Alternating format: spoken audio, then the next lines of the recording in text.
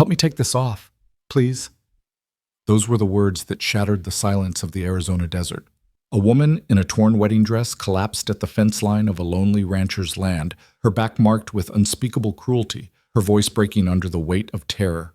Caleb Rourke, a man hardened by solitude and grief, reached out, and what he uncovered beneath the lace would freeze him to his core. This is their story of survival justice and the fragile hope that can rise even in the harshest wilderness. Follow my story to the end and comment the city you are watching from so I can see how far this story has gone. The Arizona desert was merciless that summer of 1879. The sun sat high, a hammer beating down on cracked earth, and every breath a man took tasted of dust and thirst. Caleb Rourke leaned against the weathered post of his corral hat, pulled low against the glare. He was fixing barbed wire again, a chore that never seemed to end in this land, but it kept his hands busy, his mind quieter than it wanted to be. He lived alone now 5 years since burying his wife, 5 years since laughter had last filled his cabin. The desert had become his companion, its silence a mirror of his own. He was twisting the wire tight when a flicker of movement caught the corner of his eye.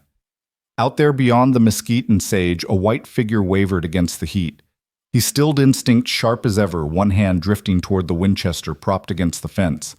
At first he thought it a mirage heat. Ghosts had tricked him before, but no, this was solid. A figure stumbling closer, awkward, heavy-limbed, as though dragging the very air. It wasn't until she broke from the trees that his breath caught. A woman. Barefoot. Dressed in a gown as out of place as snow on this scorched land. A wedding dress tattered and grimy veil torn from her tangled dark hair. Caleb's eyes narrowed. Nothing good ever came walking out of nowhere. He had learned that lesson too many times.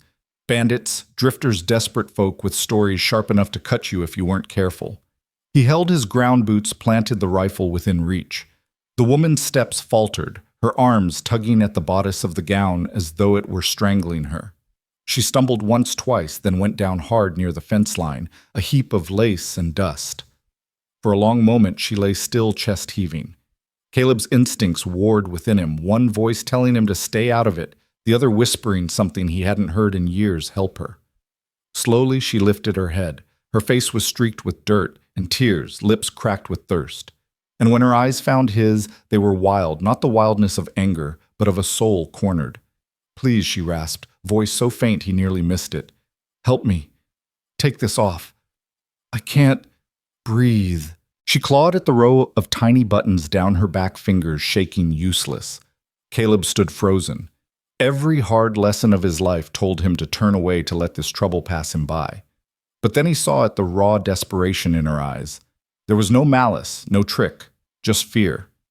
With a grunt, he left the rifle where it was and crossed the yard, boots crunching on dry earth.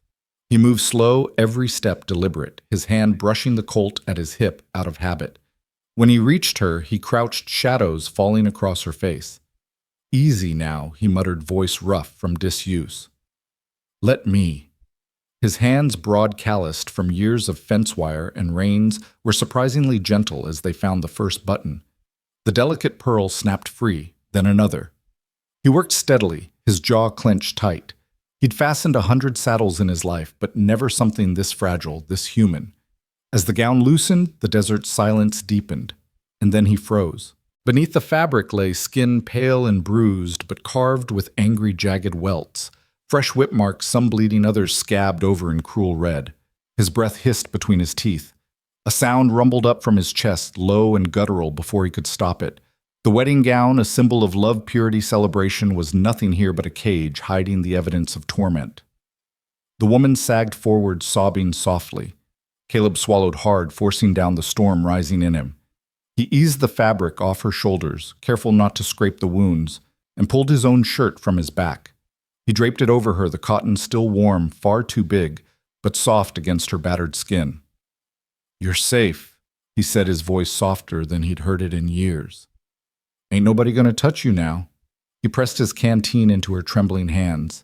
She drank greedily, water spilling down her chin, her throat working as though every drop was life itself. When she finally lowered it, she looked at him. Really looked at him. My name's Ellie, she whispered, voice breaking. Eleanor Whitford. They sent me here. As a bride. Caleb felt something shift inside him, a slow-burning anger that had nothing to do with the desert sun. Whoever had sent her here, whoever had done this to her, had crossed a line he could not ignore. Ellie clutched his shirt around her eyes, darting toward the horizon, as if afraid the desert itself might come alive with her pursuers. Caleb followed her gaze, then back to her broken figure. He didn't know her story yet. But one thing was clear, this woman wasn't just running, she was surviving. And he, for the first time in years, wasn't about to let go. The desert gave nothing freely. Every sip of water, every blade of grass that pushed up through cracked soil came only by stubborn will. Caleb Rourke understood that truth better than most.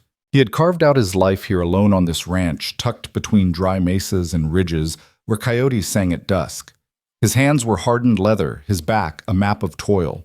Yet for all that grit, he had grown comfortable in silence, the kind that stretched for miles, with nothing but the pump's creak and cattle's lowing to fill it.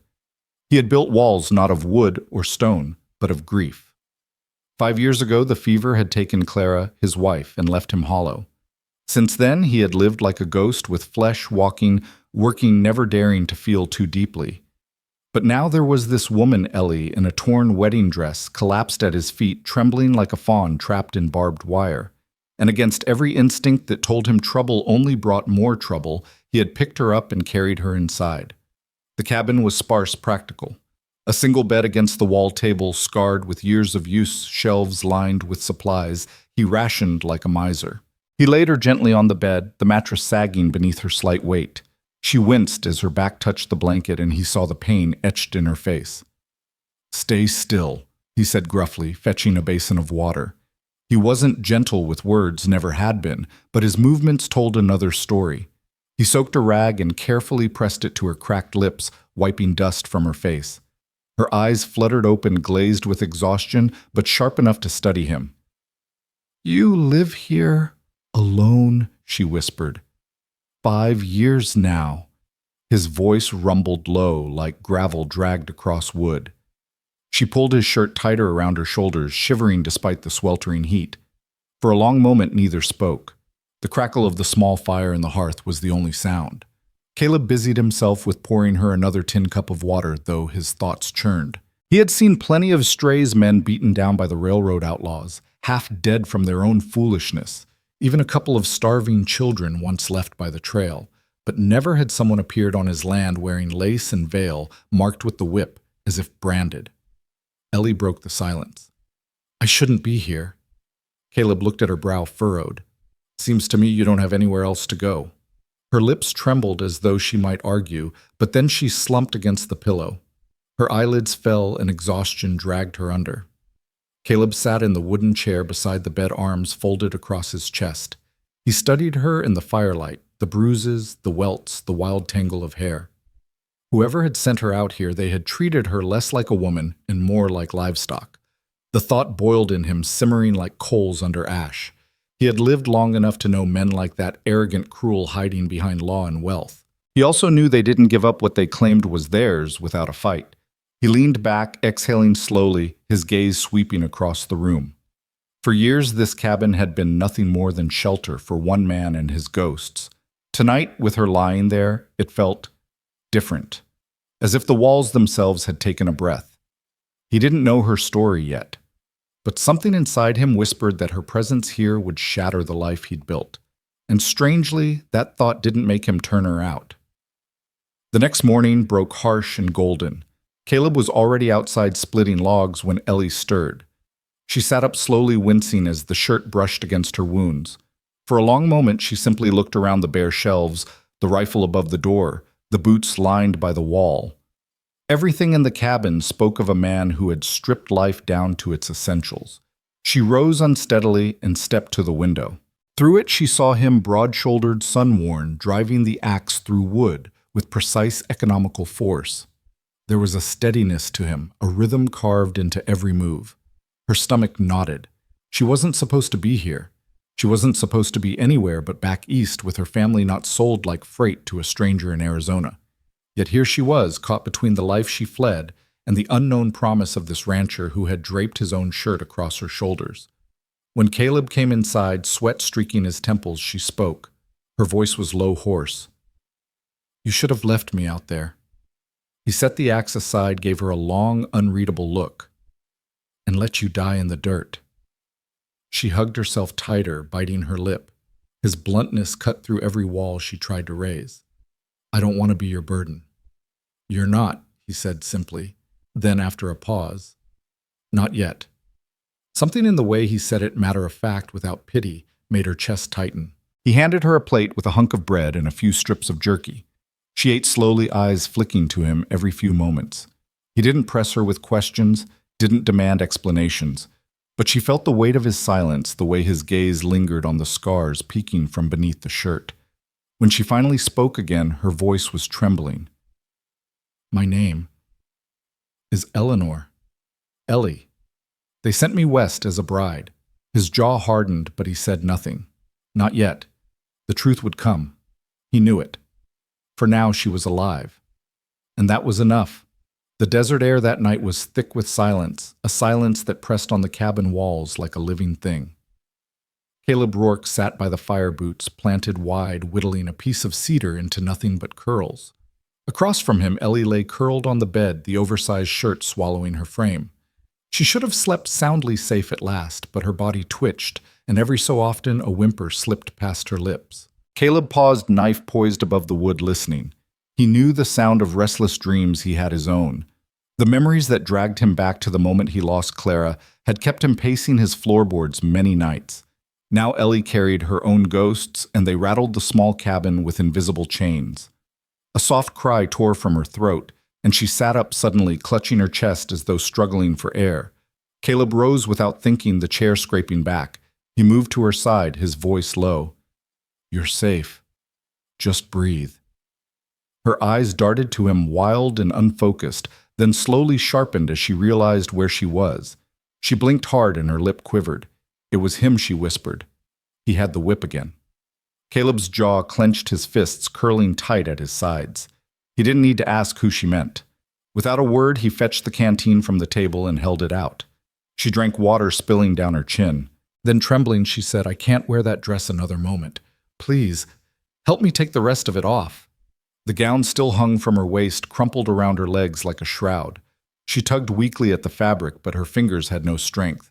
Caleb hesitated. He was a man who respected boundaries, and this felt like a line he ought not to cross. But when her eyes met his pleading, desperate, he understood this wasn't vanity. It was survival. He knelt again, his big hands fumbling with the torn lace and stubborn buttons. Each layer that came loose revealed not softness, but brutality, welts, bruises, purpled marks of fists and belts. The sight hit him harder than a bullet. He had seen cattle-whipped, horses beaten. But a woman? Dressed for a wedding, no less, son of a... His voice cracked words swallowed in a growl of fury. Ellie flinched at the sound, and immediately he softened, lowering his tone.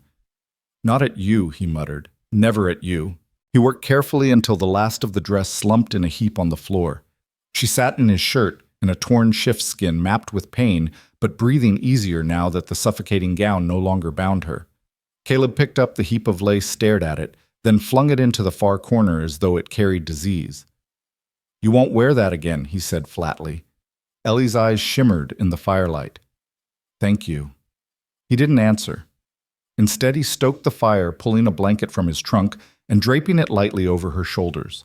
She clutched it to her chest, eyes closing as though the simple gesture was more than she had expected from any man. Morning came with the cry of a hawk overhead. Caleb stepped outside the desert, stretching wide before him, and scanned the horizon as he always did. A habit, a necessity. Out here, threats arrived quick without warning. When he returned to the cabin, Ellie was awake, sitting at the edge of the bed with her hands in her lap. The oversized shirt slipped from one shoulder, exposing the edge of a fresh welt. She didn't bother covering it. Instead, her eyes found his steady, now not as wild as before. You should know the truth, she said quietly. Caleb poured 2 mugs of black coffee, set one before her, and waited. My father sent me west, she began, her voice tight, clipped. Said it was for my future. Said Charles Whitford was a man of wealth, a rancher of means. He bought me like he'd buy another horse. When I arrived, he looked me over as though checking teeth and hooves. Her hands twisted in her lap. That night he told me I was his property. He took what he wanted. And when I fought, he called it defiance. The next morning his foreman held me while Charles whipped me himself. He said the wedding would prove to the county I belonged to him. Caleb's gut turned cold.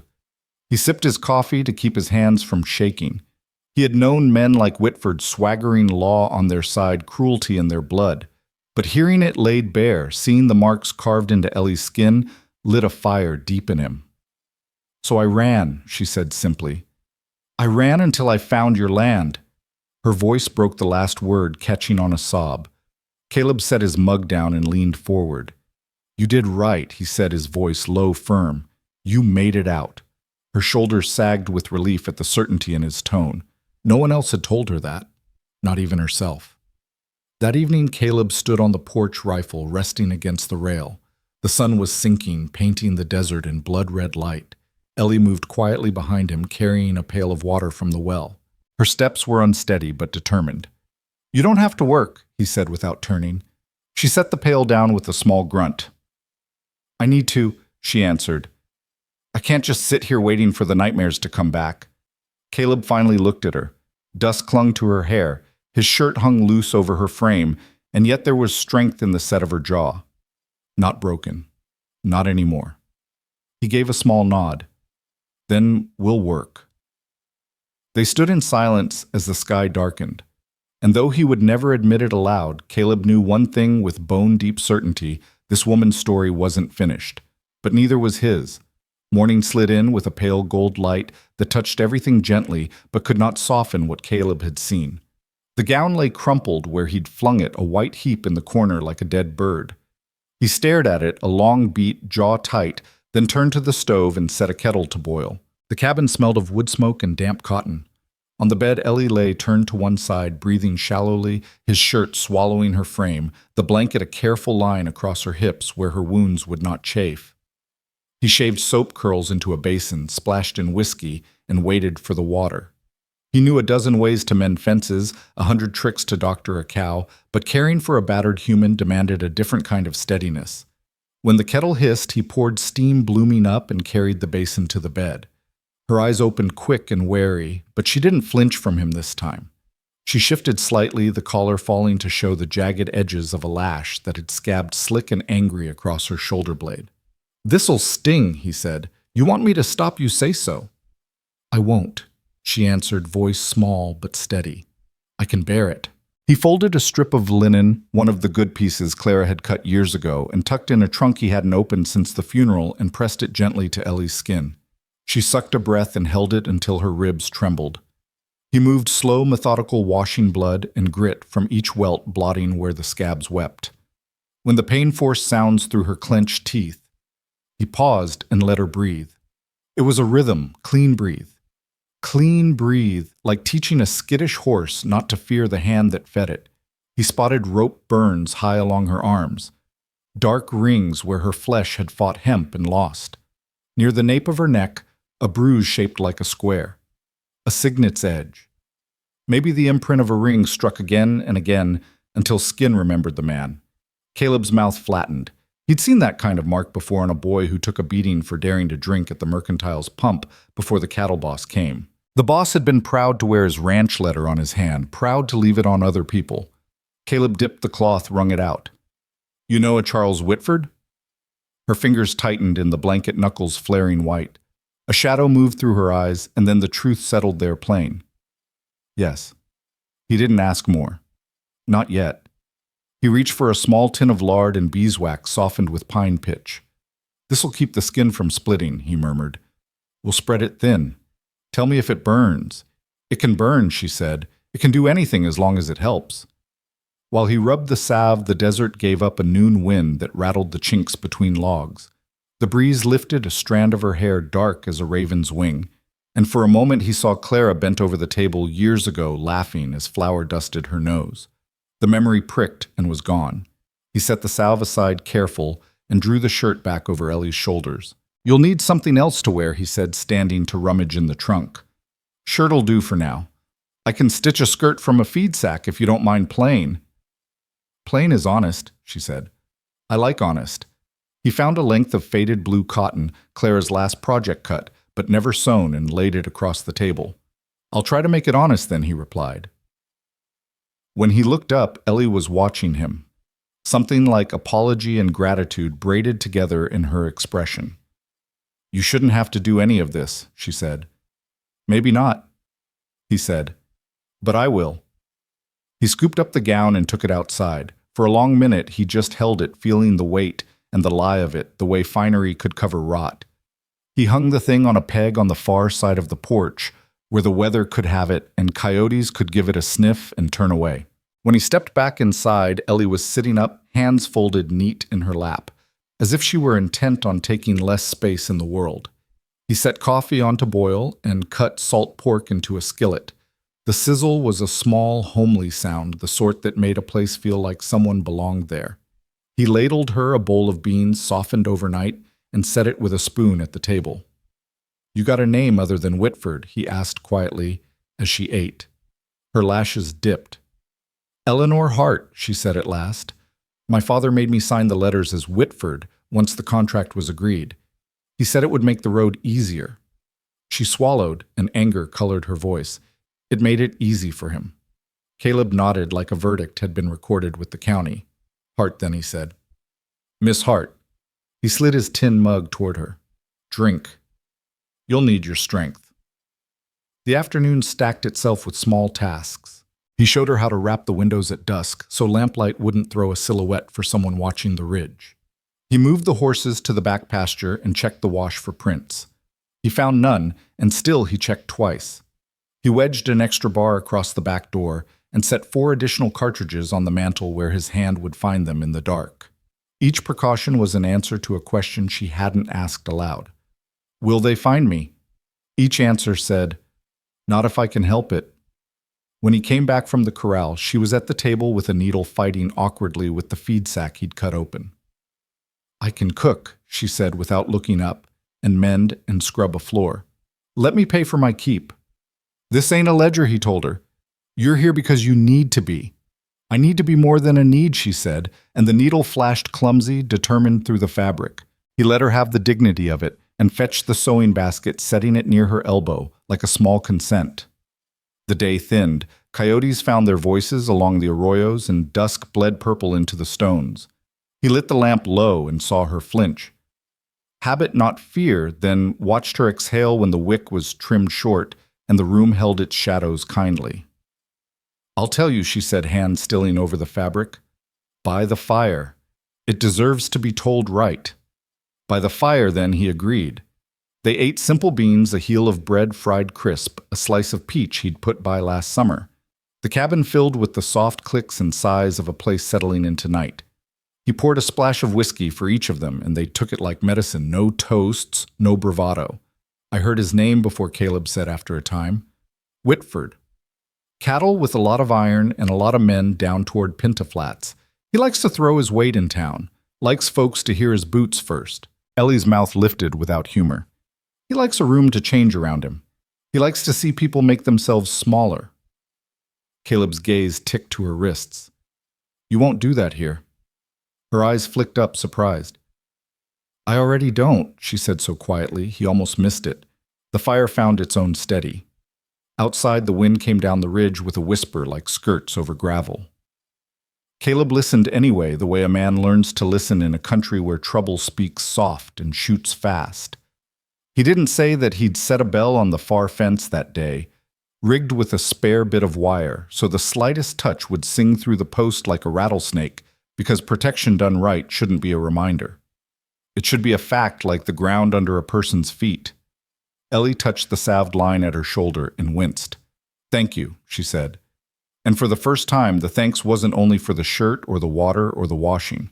It was for the way he'd occupied the space without crowding it, for the unremarked kindness of not making her small.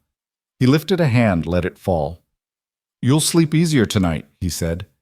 He meant, "You're not alone under this roof." He meant, "I'm staying awake a while." She nodded. Finished the last of the whiskey and set the cup down with delicate care, as though loud sounds might wake the desert itself. "I will tell you everything," she said again, more certain now. I will give it the air it needs, and then we'll decide what to do. We will, he agreed, and the plural landed in the room and stayed there, a third presence. Later, after he banked the fire and she lay turned to the good side, he stepped onto the porch with the rifle in the crook of his arm.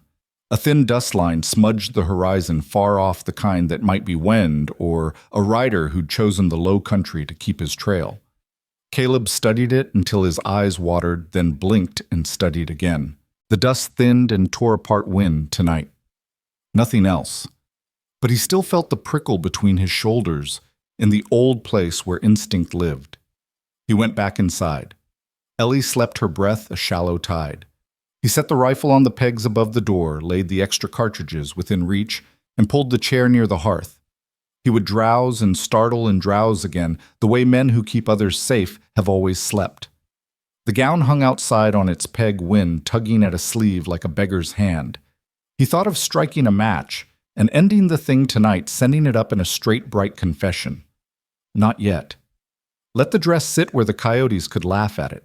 Tomorrow night, maybe, when the moon climbed high and the ranch had a full day's luck under it, then he would put a flame to the lie and make a clean ash. In the morning, there would be coffee and the truth by the fire. In the morning, he would learn exactly what kind of wolf had laid claim to heart. And once a man knows the size of the wolf he's hunting, he can start to plan how to lay it down.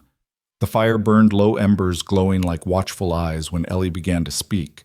She sat at the edge of the bed, blanket pulled around her shoulders, her gaze fixed on the flickering light, as if the flames could swallow her words and hide them from the night. Caleb sat opposite, elbows on his knees, hands folded, the knife he'd been whittling with lying forgotten on the table. He did not rush her. He knew that silence was sometimes the only way to coax the truth out. Ellie's voice trembled at first, thin and raw, but it grew steadier with each word. I came from St. Louis. My father, he said there was no future for me there. No dowry, no suitors willing to look past the debts he carried. So when the letters came from Charles Whitford offering a new life in Arizona, my father pressed me to sign. He said I'd be cared for, said I'd be a lady of means. She laughed once, a broken sound. A lady. That's what he promised. But what I became was property. Caleb's jaw tightened, but he kept his eyes on the fire, giving her room to pour it all out. The first night, she continued, I arrived at his ranch. He didn't greet me like a bride. He looked me over as though I'd been delivered by rail along with his cattle. I remember the smell, sweat, whiskey dust. He said I'd make a fine addition. Not wife, not partner. Addition. To his holdings. To his power. He touched me like one might touch a mare at auction, checking for strength for flaws. Her voice cracked and she clutched the blanket tighter.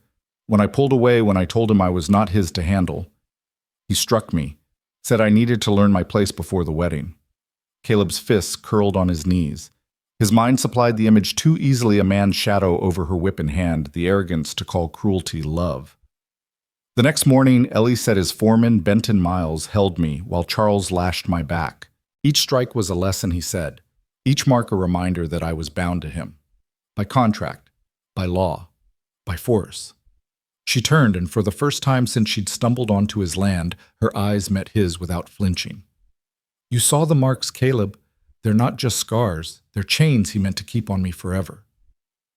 The room was thick with silence. Outside, a coyote yipped high and sharp. Then another answered from far across the desert. Caleb finally spoke. His voice, low, steady, dangerous in its calm. You ran during the wedding, Ellie nodded. The celebration was full of drink, full of laughter. He paraded me in that gown, showing me off like a trophy. But when the fiddles played and the men tipped back their whiskey, I slipped away. I didn't take a horse, didn't take food, just ran. I thought the desert might kill me, but better that than his hands. Caleb leaned back, the chair creaking beneath him. He studied her not like Charles had assessing ownership, but as a man weighing truth. What he saw was not weakness. What he saw was a woman who had gambled everything on freedom and barely survived to tell it. You made it this far, he said finally. That tells me you've got grit enough to last. Her lips trembled, and for a moment she looked away. Do you believe me? He didn't hesitate. I do. The certainty in his tone seemed to break something loose inside her. Tears spilled, but they were quieter now, not born of despair but of release. She pressed the blanket to her face, shoulders shaking. Caleb stayed where he was, giving her the dignity of space, but inside him a vow was forming like steel tempered in fire. Days passed, marked by the slow rhythm of ranch life. Caleb fixed fence-hauled water saw to the cattle. Ellie insisted on helping, though he warned her against straining her back. She swept the cabin, mended a torn saddlebag, stirred beans over the fire. With each small task, she reclaimed a piece of herself that Charles had tried to steal. One afternoon, Caleb returned from the pasture to find her kneeling by the hearth, humming softly as she stirred stew. The sound startled him, not the melody, but the simple fact of it. He hadn't heard music in his cabin since Claire's voice had faded 5 years ago. Ellie noticed his stillness and blushed, ducking her head. "Sorry, habit." "Don't be," Caleb said, his voice rougher than he meant. "It's good." For a heartbeat, something warm flickered between them, fragile as dawn. But peace was a thin blanket over shifting ground. Caleb knew it. He felt it in the way Ellie startled at hoofbeats in the distance, in the way her eyes darted to the window each time the wind carried voices from the trail. He felt it in his own bones, the instinct of a man who had lived too long on the edge of trouble. One evening, as dusk painted the sky in bruised purples, Caleb spotted dust rising far out on the horizon. A rider. Maybe more. His hand closed around the rail and his eyes narrowed. Ellie stepped onto the porch behind him, her breath catching when she followed his gaze. "It's him," she whispered. Caleb didn't answer. His silence was enough. He reached for the Winchester by the door, worked the lever, and checked the chamber. Then he turned to her steady as stone. "Get inside. Keep low." Her knees buckled, but she obeyed, slipping back into the cabin. Caleb stayed on the porch rifle, loose in his grip but ready. The sun bled into the horizon, and with it came the promise of a confrontation he'd known would come. The quiet days were over. Trouble was on the trail, and it wore the face of Charles Whitford. The hoofbeats rolled closer, steady and deliberate, echoing off the dry canyon walls until they seemed to come from every direction at once. Caleb stood rooted on the porch, the Winchester angled casually across his chest, but his stance taut, every muscle alert. He had stared down men before, outlaws, drifters, ranch hands drunk on cheap whiskey, but this was different. The dust cloud bore a man who had already scarred Ellie's back and branded her spirit. Caleb knew cruelty when he smelled it, and it reeked of Charles Whitford. The wagon creaked into view first, dark and heavy, its wheels crunching the brittle earth. 2 riders flanked it, pistols resting easy on their hips. And then the man himself dismounted, tall, broad, with a black coat that caught the dying sun like oil. Whitford's face carried the smugness of money and the sharpness of entitlement, and his eyes landed on Caleb's porch as if he already owned it. Rourke. His voice cracked the silence, bold and booming. "I know she's here. Don't play the fool." Behind the cabin door, Ellie crouched low, heart pounding like a trapped bird. She pressed her palms to the wood, straining to catch every sound, her breath trembling. Caleb glanced back, once saw the flicker of her silhouette, then returned his stare to Whitford. "What do you want?" Caleb asked flatly. Whitford sneered. "What's mine?" "She's not yours. She signed the contract. Her old man took my money. That makes her mine." He took a step forward, dust swirling around his boots. "Now hand her over." Caleb's grip tightened on the Winchester, though his voice stayed calm. "You call that a marriage, beating a woman, bloody whipping her near to death?" "You ain't got a claim, Whitford. Not here." Benton Miles Whitford's hulking foreman shifted beside him, hand-brushing the butt of his revolver. The second rider, a younger man with pale skin and restless eyes, looked less sure of himself, glancing from his boss to Caleb, as if gauging whether he'd live to see tomorrow. Whitford's lip curled. "You think you can defy me? I'll have the sheriff out here. I'll bring the law down on your head. You'll swing for harboring stolen property." Caleb let the words hang in the air, then clicked back the Winchester's hammer with a sound that echoed like thunder in the still dusk. "Try it." A hush fell over the yard, broken only by the restless pawing of Whitford's horse. Benton froze his hand, lifting slowly away from his gun. The younger man Gus Ellie recognized from the shadow of the door looked down at his boots, shame written in every line of his body. For a long moment, no one moved. The last shred of sunlight caught the barrel of Caleb's rifle, glinting cold and certain. Whitford's face hardened. He had expected fear, maybe negotiation. Not this iron stillness. "This isn't over, Rourke," he spat, voice dripping venom. "You've crossed a line you'll regret." He jerked his head toward the wagon. Benton mounted and Gus scrambled up without meeting anyone's eyes. Whitford swung into his saddle, last glaring at Caleb with a hatred that promised blood. Then the wagon rattled away, the rider's silhouette swallowed by the falling night. Caleb didn't lower his rifle until the dust settled, until the desert swallowed every hoofbeat. Only then did he exhale long and slow and step back inside. Ellie stood just beyond the door, trembling but upright. Her face was pale, her eyes wide. "He'll come back," she whispered. Caleb set the Winchester on its rack, his expression hard as the mesa stone. "Then we'll be ready." The days that followed were thick with tension. The quiet of the ranch was no longer peaceful, but watchful, every sound a question. Ellie swept the cabin's stirred beans, over the fire-mended torn shirts, but her gaze flicked constantly toward the windows, her body flinching at distant hoofbeats that never quite arrived. Caleb took longer rides along the perimeter, checking the fence lines, scanning the horizon for dust that might mean riders. He found none, but unease prickled under his skin. Whitford wasn't the sort to tuck tail and forget a challenge.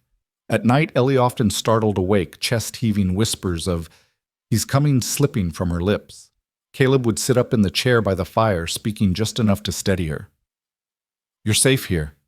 No one gets past me." She would nod, lie back down, and try to believe it. One evening, as twilight painted the sky, Caleb returned to find Ellie kneeling at the garden patch behind the cabin. She was pulling weeds, hands, dirty hair falling loose around her face. For the first time, she looked less like a fugitive and more like a woman reclaiming small pieces of a life. He stopped watching her quietly. She noticed brushed hair from her brow and gave him a faint smile. "I thought I'd make this place look less like a fort and more like a home." Something in his chest eased, if only for a moment. "It's looking that way already." They shared a quiet supper that night, the fire crackling the desert outside hushed. And though both of them knew Whitford's threat still hung in the air for a few hours, the cabin felt like sanctuary. But late that night, as Caleb banked the fire, a far-off sound carried through the open window. Horses. Many of them. Slow and steady, drawing closer. Ellie's eyes snapped open where she lay on the bedroll. Caleb froze, listening, the rifle already in his hands. The storm Whitford had promised was finally rolling in. The sound came first like a far drum, the beat of hooves riding the wind until it threaded through the chinks in the cabin walls and laid itself against Ellie's spine. She sat upright in the bedroll, breath, caught eyes on the door, as if willing it thicker. Caleb didn't waste words. He crossed the room in 3 strides, took the Winchester down from its pegs, and blew out the lamp with a soft breath. The cabin fell into a gentle dark that let the embers keep their glow, but gave no silhouette to a watcher outside. Cellar, Ellie whispered. He shook his head. "If they set fire, Cellar's a coffin. Stay low behind the table. Listen." He paused. "And breathe." She nodded, sliding from the mattress to the floor, tucking herself into the corner where the table leg and the stacked wood made a narrow wedge of shelter. The shirt he'd given her slithered against her skin.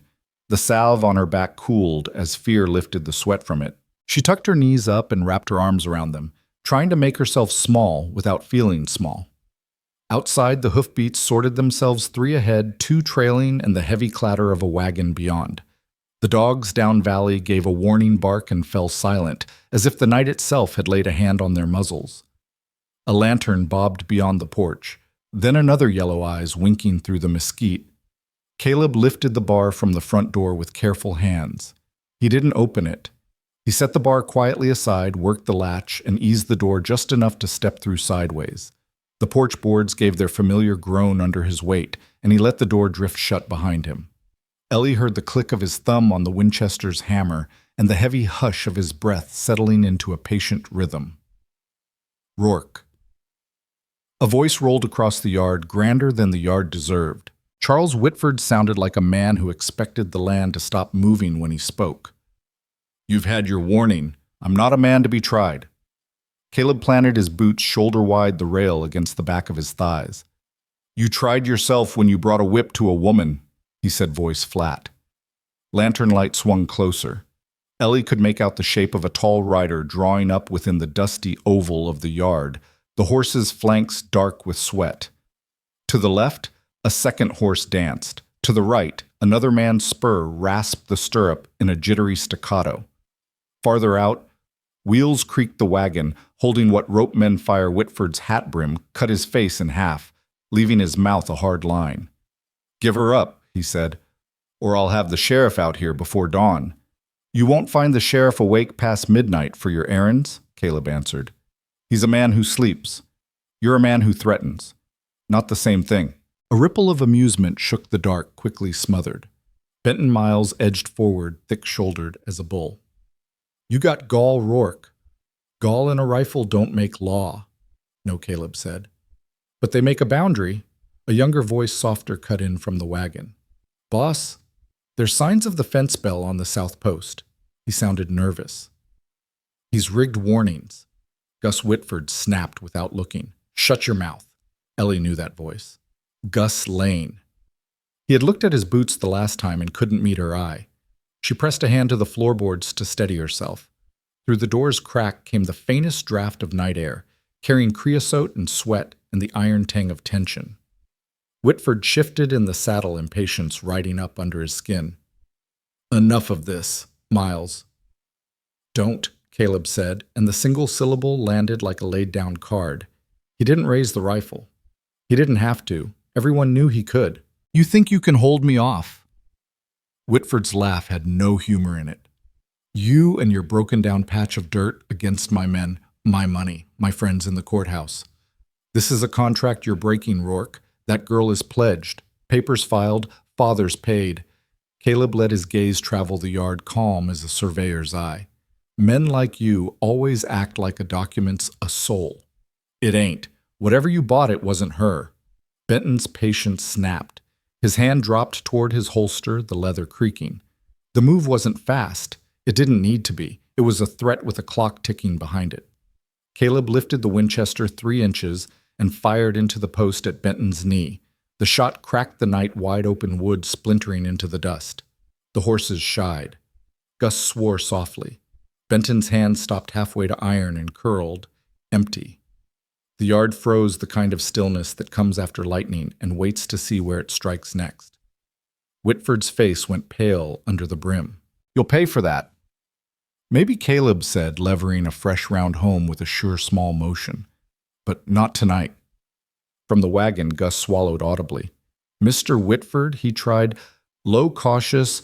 "We ain't got the sheriff. We ain't got papers to show. We ain't. This isn't the place." Whitford turned his head a degree, just enough to let disgust slide off his cheek toward the boy. "Do you ride for me or preach for him?" Gus shut up, knuckles whitening on the brake. Ellie pressed her forehead to her knees and breathed. The shot had rung in her bones like a bell. She had seen Whitford swagger into saloons and watched the room pivot around him as if he were the sun and everyone else were glass. She had seen Benton hit men for laughs. To hear them checked, to hear a line drawn not with pleading, but with iron level and precise scraped something loose inside her chest. It left a strange space there, empty, impossible. Benton found his voice again, slower now. "He ain't bluffing, boss." Whitford stared at Caleb the way a rattler stares at a boot heel it hadn't expected to meet. When he spoke, the drawl had sand in it. "You mark my words, Rourke. I will not be made a fool on my own land." "This isn't your land," Caleb said, and tipped his chin toward the outer fence the way a man acknowledges a line he's measured himself. "Not this acre. Not this porch. Not this woman." For a heartbeat, even the horses seemed to listen. Then Whitford's jaw flexed. He turned his mount with a hard jerk and set spurs, the horse flinging foam as it leapt the wheel ruts. "Get back," he threw over his shoulder. "We come at dawn, with paper, with men. We'll see what your porch is worth then." The riders peeled off. The wagon groaned. Hoofbeats bled back into the desert until the yard held only the cricket's careful song and the dying echo of a threat. Caleb didn't move at once. Men who lower guns too quick do not live to raise them twice. He listened to the land drink the night back down, then lowered the rifle and stepped inside. Ellie was already standing, one hand braced on the table, the other pressed flat to her chest to keep the pounding quiet. "He's bringing the sheriff," she asked. "Papers." "He's bringing noise," Caleb said. He set the rifle on the pegs and slid the bar home across the door. Maybe a judge's seal, maybe a posse of his own boys calling themselves law. He means to show. That's the point. And what do we show? Her voice was proof against shaking now. It had a spine in it. We show we're not alone in here. He glanced at the hearth. Eat a bite. Then we set the yard the way I want it. They ate standing quick mouthfuls that warmed the belly just enough to remind it what steadiness felt like. Then the night took them two shadows moving through the yard with purpose. Caleb strung a second bell line low along the south fence thin wire, tied to nails at knee height, so a rider busting through in the dark would sing their approach without meaning to. Ellie fetched stakes from the shed and carried them steady despite the ache in her back setting them in the hard pan where he pointed. He showed her how to wedge a lantern behind a scrap of tin so it threw light outward but didn't blind the porch.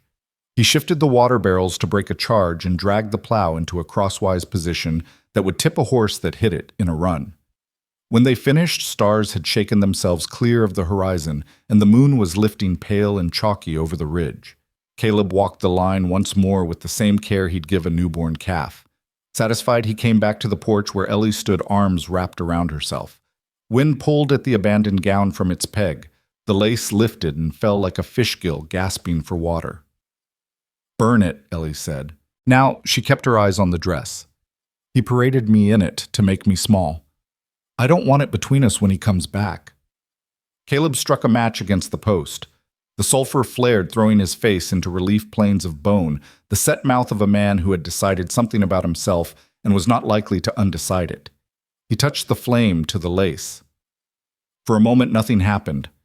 Then the fabric caught with a whispering rush, orange running through white like dawn through fog. The gown curled inward on itself, blackening beads popping like hailstones in a summer storm. The smell was sharp and ugly, but the light was clean. Ellie didn't look away. When it was ash and a little lace wire, Caleb ground it under his boot and scattered what was left with the edge of his hand into the yard. The wind took it up and made it nobody's. "You should sleep," he said quietly. "So should you. I will when my eyes say it's time." He tugged his hat brim down, the old gesture oddly comforting in the new night. "Dawn's not far." She turned toward the door, then stopped and looked back at him. The porch light threw a slim halo on the edge of her cheek.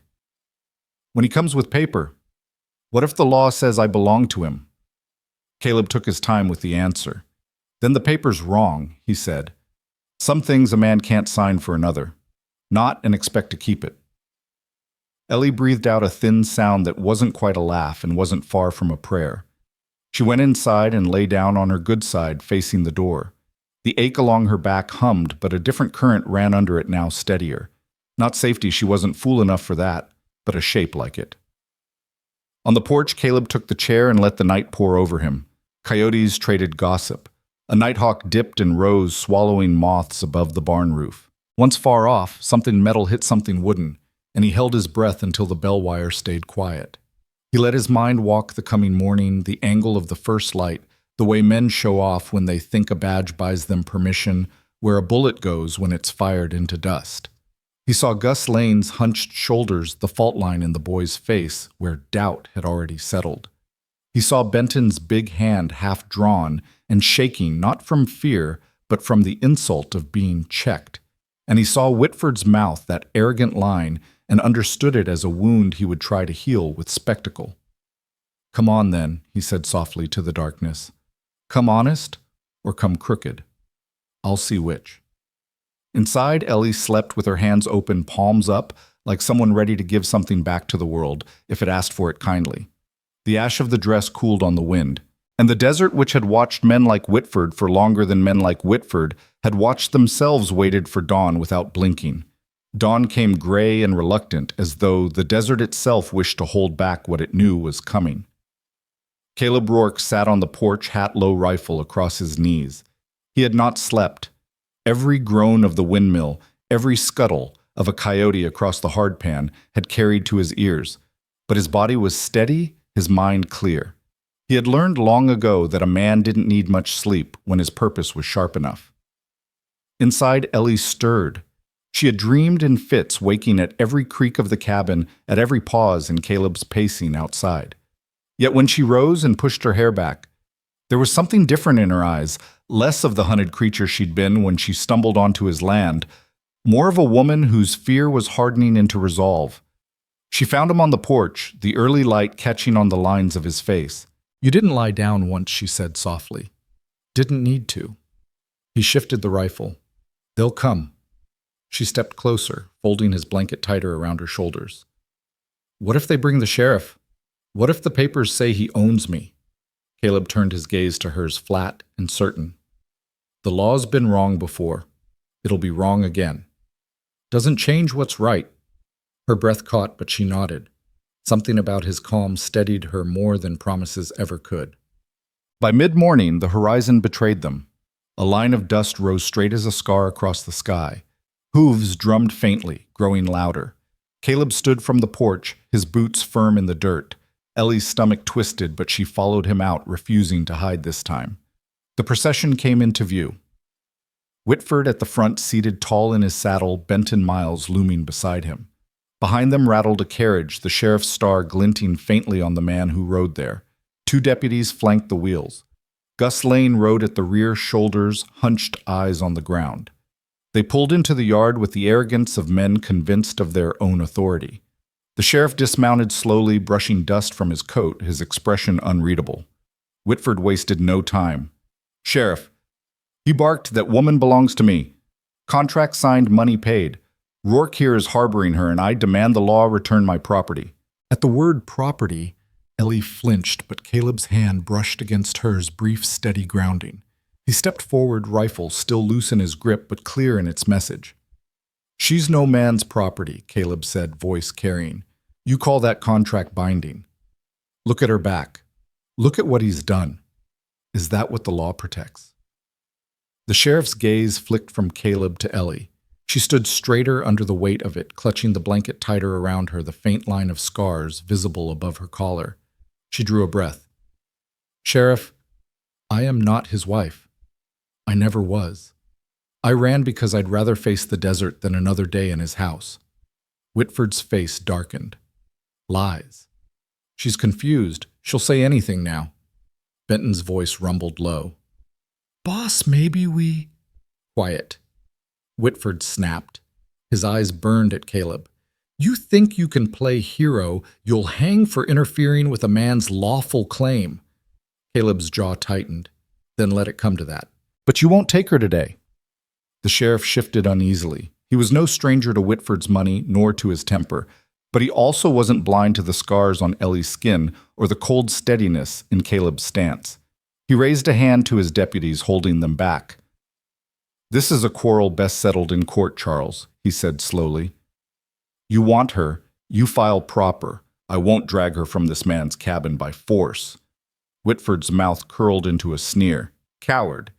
He swung back into his saddle with a jerk.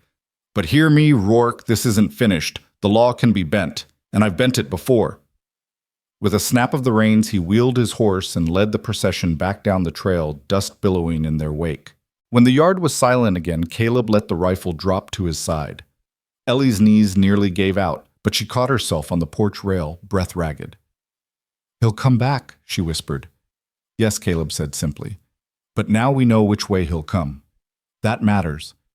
She looked at him, eyes brimming, not just with fear, but with something fiercer. "I don't want to run again." He studied her for a long moment, then gave a slow nod. "Then we don't run." That evening, as the sun bled crimson across the desert, Caleb set a row of tin cans on the fence posts and handed Ellie the shotgun. She hesitated, feeling its weight, the stock heavy in her hands. "I've never fired one," she admitted. "Good time to learn," he said. His voice was calm, but his eyes carried a quiet pride. He stood behind her, adjusting her stance, guiding her grip. "Lean forward. Don't let it push you." She took aim, breath shaking. The crack of the shot split the air, echoing off the mesas. The can tumbled into the dirt. Ellie blinked stunned, then exhaled a shaky laugh. "Again," Caleb said, and she fired again. Another can down. With each shot, her arms steadied, her shoulders squared. By the time the last can lay scattered, sweat streaked her brow, but her smile was fierce. For the first time since her arrival, she felt less like prey and more like someone ready to fight back. Night fell, carrying with it the scent of gunpowder and the unspoken bond of two people preparing for war. Ellie sat by the fire, wiping the shotgun clean with the cloth Caleb handed her. She glanced at him, her voice quiet but certain. He thought he owned me, but he was wrong. Caleb's eyes held hers steady and solemn. That's the first thing he's about to learn. The desert's night pressed close against the cabin, heavy with waiting. Caleb sat in his chair by the hearth rifle across his knees, listening to the faint creak of the windmill and the shifting of cattle in the far pen. His eyes never closed. He'd been a soldier in his youth, riding against raiders on the border, and he knew the feel of calm before trouble. Trouble always had a sound, a hush too deep, a breath held by the land itself. Tonight carried that sound. Ellie lay on the bedroll, staring at the rafters. Sleep would not come. The burn of the shotgun against her shoulder was a reminder of the day, but it was not pain that kept her awake. It was the memory of Whitford's face as he turned from the yard, vowing return. That sneer haunted her. And yet when she glanced at Caleb's profile in the firelight, jaw carved of stone, eyes steady, she felt something stir that she had not known in months. Trust. Hours stretched. Then a guttural cry ripped through the stillness. Ellie bolted upright, heart hammering. Caleb was thrashing in the chair, his hand clutching at the air as though fighting off a ghost. His breath tore ragged from his chest. Caleb, she whispered, urgently crawling to his side. Wake up! His eyes snapped open, wild and unfocused, locked on something far away. Sweat slicked his brow. He sat upright slowly, dragging a hand over his face. His chest heaved as though he'd been running. Bad dream, he rasped, voice rougher than gravel. Ellie's heart clenched. She had seen men broken by violence, but Caleb was not broken. He was haunted. And for the first time she realized he carried scars just as deep as hers, only his did not show on skin. She touched his arm gently, uncertain if he would allow it. He stilled, then turned his gaze to hers. For a moment the mask dropped, and she saw him raw, unshielded. I lost her, he said hoarsely. 5 years back. Fever took her in a week. Clara. She was everything. And after she went, I shut the world out. Figured if I kept everyone away, I couldn't lose them again. Ellie's throat tightened.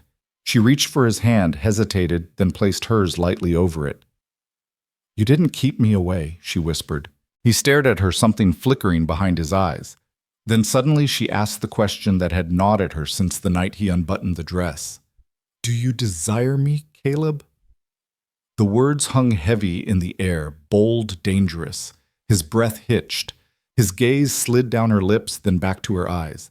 Since the moment I saw you, he admitted, voice low, guttural, a confession torn from somewhere deep. Not in that dress. Not as property, but as you. Strong. Alive. Fighting to stay free. Ellie's pulse thundered. She had been touched with violence, claimed with cruelty. But this was something else. It was longing tethered to respect. Then touch me, she said, voice trembling. Touch me as if I'm not his, as if I'm yours. Caleb's jaw worked the war inside him visible. Then he raised a calloused hand, slow, deliberate, and cupped her cheek. His thumb brushed the scar near her temple, not with pity, but with reverence. Her eyes closed, tears slipping free. It wasn't passion that swept through the cabin, but intimacy. Quiet, fragile, profound. Two wounded souls finding in each other the smallest spark of home. The days after settled into a rhythm both strange and comforting. Ellie worked the garden patch by day, and Caleb showed her how to draw water from the well, how to mend tack, how to set a line across the wash to catch rabbits. She moved with hesitation at first, but each small act rooted her more deeply in the land. At night, they sat by the fire. Sometimes Caleb spoke low stories of his youth, of battles fought and men lost. Sometimes Ellie shared fragments of her past words, sharp with pain, but steady in their telling. Each confession was a stone lifted from their shoulders, a bridge built between them. One evening, Caleb placed the shotgun in her hands again. We'll keep at it till you don't flinch, he said. Ellie squared her shoulders, fired, and struck clean through the can on the post. She lowered the weapon, a faint smile curving her lips. "Not bad for property," she said, bitter humor in her tone. Caleb's eyes darkened. "Don't ever say that again. You're nobody's property." Her smile softened into something real. "I know. But the peace was thin. Trouble doesn't vanish because two souls find solace in each other." On the 7th night since Whitford's first arrival, Caleb was mending harness leather when the distant drum of hooves reached them again. Ellie froze by the window dish rag clutched in her hands. Her whisper was a tremor. "It's him." Caleb stood, laid the leather aside, and reached for his Winchester. He checked the chamber with calm precision, then looked at her. "The barn. Easier to hold. They won't risk setting it afire with stock inside." Ellie's blood ran cold, but she nodded. Together they moved into the shadows, their breaths steadying as the hoofbeats grew louder. The time for hiding was over. The fight was riding to their door. They crossed the yard like shadows, breath paired to the drum of hooves drawing nearer. Caleb slid the barn door just wide enough to slip through and pulled it to with the rope he'd hung inside, knotting it around a timber with a jerk that made the hinges bite. The animals snorted at the sudden dark. He moved among them with a hand out, quieting the bay mare with a scratch at the withers, palming oats to the mule so its bray wouldn't betray them. Ellie kept close, the shotgun cradled tight to her ribs, the salve on her back cool under his shirt. "Here," he said, voice scarcely more than breath. He led her behind a waist-high stack of hay bales he'd dragged to make a low wall with a clear sightline to the door. He checked the lantern he'd tucked behind a scrap of tin so it threw light outward through a gap in the planks, but left them in shadow. "You hold this line. If they push through, you aim low, knees end a charge faster than a chest ever will." "I won't miss," she said, and though her hands shook, the words didn't. He crouched beside the sliding door and peered through a finger-width crack. Lanterns bobbed in the yard, the light bouncing off Whitford's black coat like oil. Benton's bulk loomed to the left. 2 other men hovered with ropes and a pry bar. Farther back, tied to the wagon, sat a sloshing can that caught a gleam when somebody jostled it kerosene. Caleb swallowed the hard taste of it. "Damn fool," he murmured. "He'll risk the whole place." Ellie's breath hitched. "The horses." "He'll scare first," Caleb said. "A man like Whitford thinks fear does the work for him." He lifted the Winchester, checked the chamber by feel, and eased the butt into his shoulder. "You breathe like I showed you. Count to 5 between even if your lungs don't want to." Outside hooves jingled against iron. Whitford pulled up in front of the barn and let the silence stretch like a rope he meant to throw. "Rourke," he called at last, voice fat with command. "You inside with what belongs to me." Caleb's lips thinned. "I'm inside with what doesn't." Benton laughed once, low and mean. "We'll crack this door like a walnut. Come out and hand her over, and maybe Whitford lets you keep your teeth." Ellie flinched at Benton's voice. Memory flashed the weight of his hands pinning her while the whip whistled down. She pressed the stock to the soft of her shoulder and set the barrel level on the hay bale. "Let him pry," she whispered, and was startled by the iron in it. Whitford dismounted, boots hitting dust with a smack. "Sheriff says court," he said loud enough for whoever might be listening down in the wash or up on the ridge. "I say the law is right here. You have one chance, Rourke. I count to 3. Caleb smiled without humor. "You can count to 3. A little ripple of laughter came from somewhere to Whitford's right, too quick, too nervous to have belonged to Benton. Gus Lane. It cut off at once. One Whitford roared. Caleb sighted on the pry bar in the nearest man's hand. 2 Whitford dragged out, savoring the syllable. Caleb fired. The Winchester cracked and the bar leapt from the man's grip, spinning into the dust with a clatter. The horses shied, snorting. Lantern light jittered across the yard. A cuss split the air. He shot the bar out my hand. "You could have been holding my door," Caleb said mildly, working the lever. "Count all you like." "Whitford, the math don't change." Something moved in the dark beyond the wagon. A shape detached from it and came low along the side of the barn. Boots testing each patch of ground before resting weight. Caleb tracked it with the slow swing of the barrel, let it come, even with the cracked plank where he'd shaved a spy hole, and hissed a whisper. "Easy. Back where you were." The shape froze. Mr. Rourke, a small voice whispered pitch to thread the crack, and no more. It's Gus. A heartbeat. They brought the oil. I told him no on account of stock, but Mr. Whitford says a little smoke will hurry you polite. Caleb didn't lower the gun. You planning to set a fire for him? No, sir, came the immediate answer. That's why I'm here. If you kick this board twice loud, I'll trip the can as if by accident and spill half before they notice. It won't catch. Ellie stared at the plank pulse tripping fast as a rabbit's. On the other side of it was the boy who'd looked at his boots when she bled. Caleb's jaw moved. He listened, truly listened to the tenor of the yard, Benton's stomp, Whitford's hissed orders, a third man's wheedling talk about smoke. He weighed the sheepish tremor in Gus's whisper and felt the tug of a fault line. Not every man riding behind a bully is rotten to the bone. Some are just afraid. Some can be turned. He tapped twice with the heel of his hand.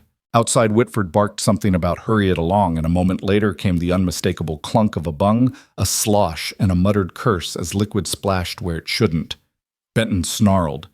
You idiot! Watch what you're— It was the wheel, Gus said, loud, going red-faced in Caleb's imagination. Caught my sleeve. Leave it, Whitford snapped. A little on the ground will only help it catch. Caleb's throat tightened. He caught Ellie's eye and mouthed, Hold. She nodded, shoulders squared. Rourke Whitford again closer now, as if his voice could crawl under the door and find a target. Last offer. Send her out, she walks back with us soft. Keep her in there, and I send him in hard. We both know you don't do soft, Caleb said. You hurt her and bring the law into it after. Different order don't make a different truth. Whitford swore. Boys, he said, and the dirt ground under boots as two men stepped up ropes at the ready. Caleb fired again low and deliberate. The bullet smashed the left-hand hinge strap, jerking the door against its own weight and tipping the men backward. Before the echo died, Ellie raised the shotgun and sent a blast through the splintered gap where the strap had torn. The buckshot chewed the dirt 2 feet in front of those boots, tearing a ragged crescent in the dust. The men screamed and scrambled back, legs tangling, one going to his knees and crawling. Next one's higher Ellie called calm as a winter sky, and the quiet that followed had a different flavor than fear. It had respect in it, and Whitford tasted it like chalk. Benton's voice came strangled with fury. You gonna let a woman shame your hand, boss? Whitford ground the words out. Circle the back. He's got to have a weak place. The back's barred, Caleb said, and flicked his eyes at Ellie. She understood move. She slid along the hay wall to cover the rear angle they'd predicted a man might try for counting her breaths. 1, 2, 3, 4, 5, the way Caleb had said. The horses keyed to the pitch of men's voices, stamped and tossed. She murmured without thinking the same low sounds she used to soothe her own pulse. Near her shoulder, a sliver of moonlight lanced through a knothole. One of Whitford's men ghosted across it. She caught just his boot in the seam of his trousers. She kept the barrel level and didn't fire. Not yet. Aiming is as much about patience as it is about sight. Outside, Whitford tried reason weaponized into threat. Rourke, he said, you're a man who's lost. I've heard it. Folks in town say you live like a ghost. I can see why a man would want something pretty in a house gone quiet. But pretty is for the man who can keep it. Caleb let the words wash over him like dirty water. You don't know a thing about what a man keeps, he said. But I'll tell you what. I don't keep another man's sins. A new sound off to the right metal on wood, a small careful slide. Caleb snapped the Winchester toward it.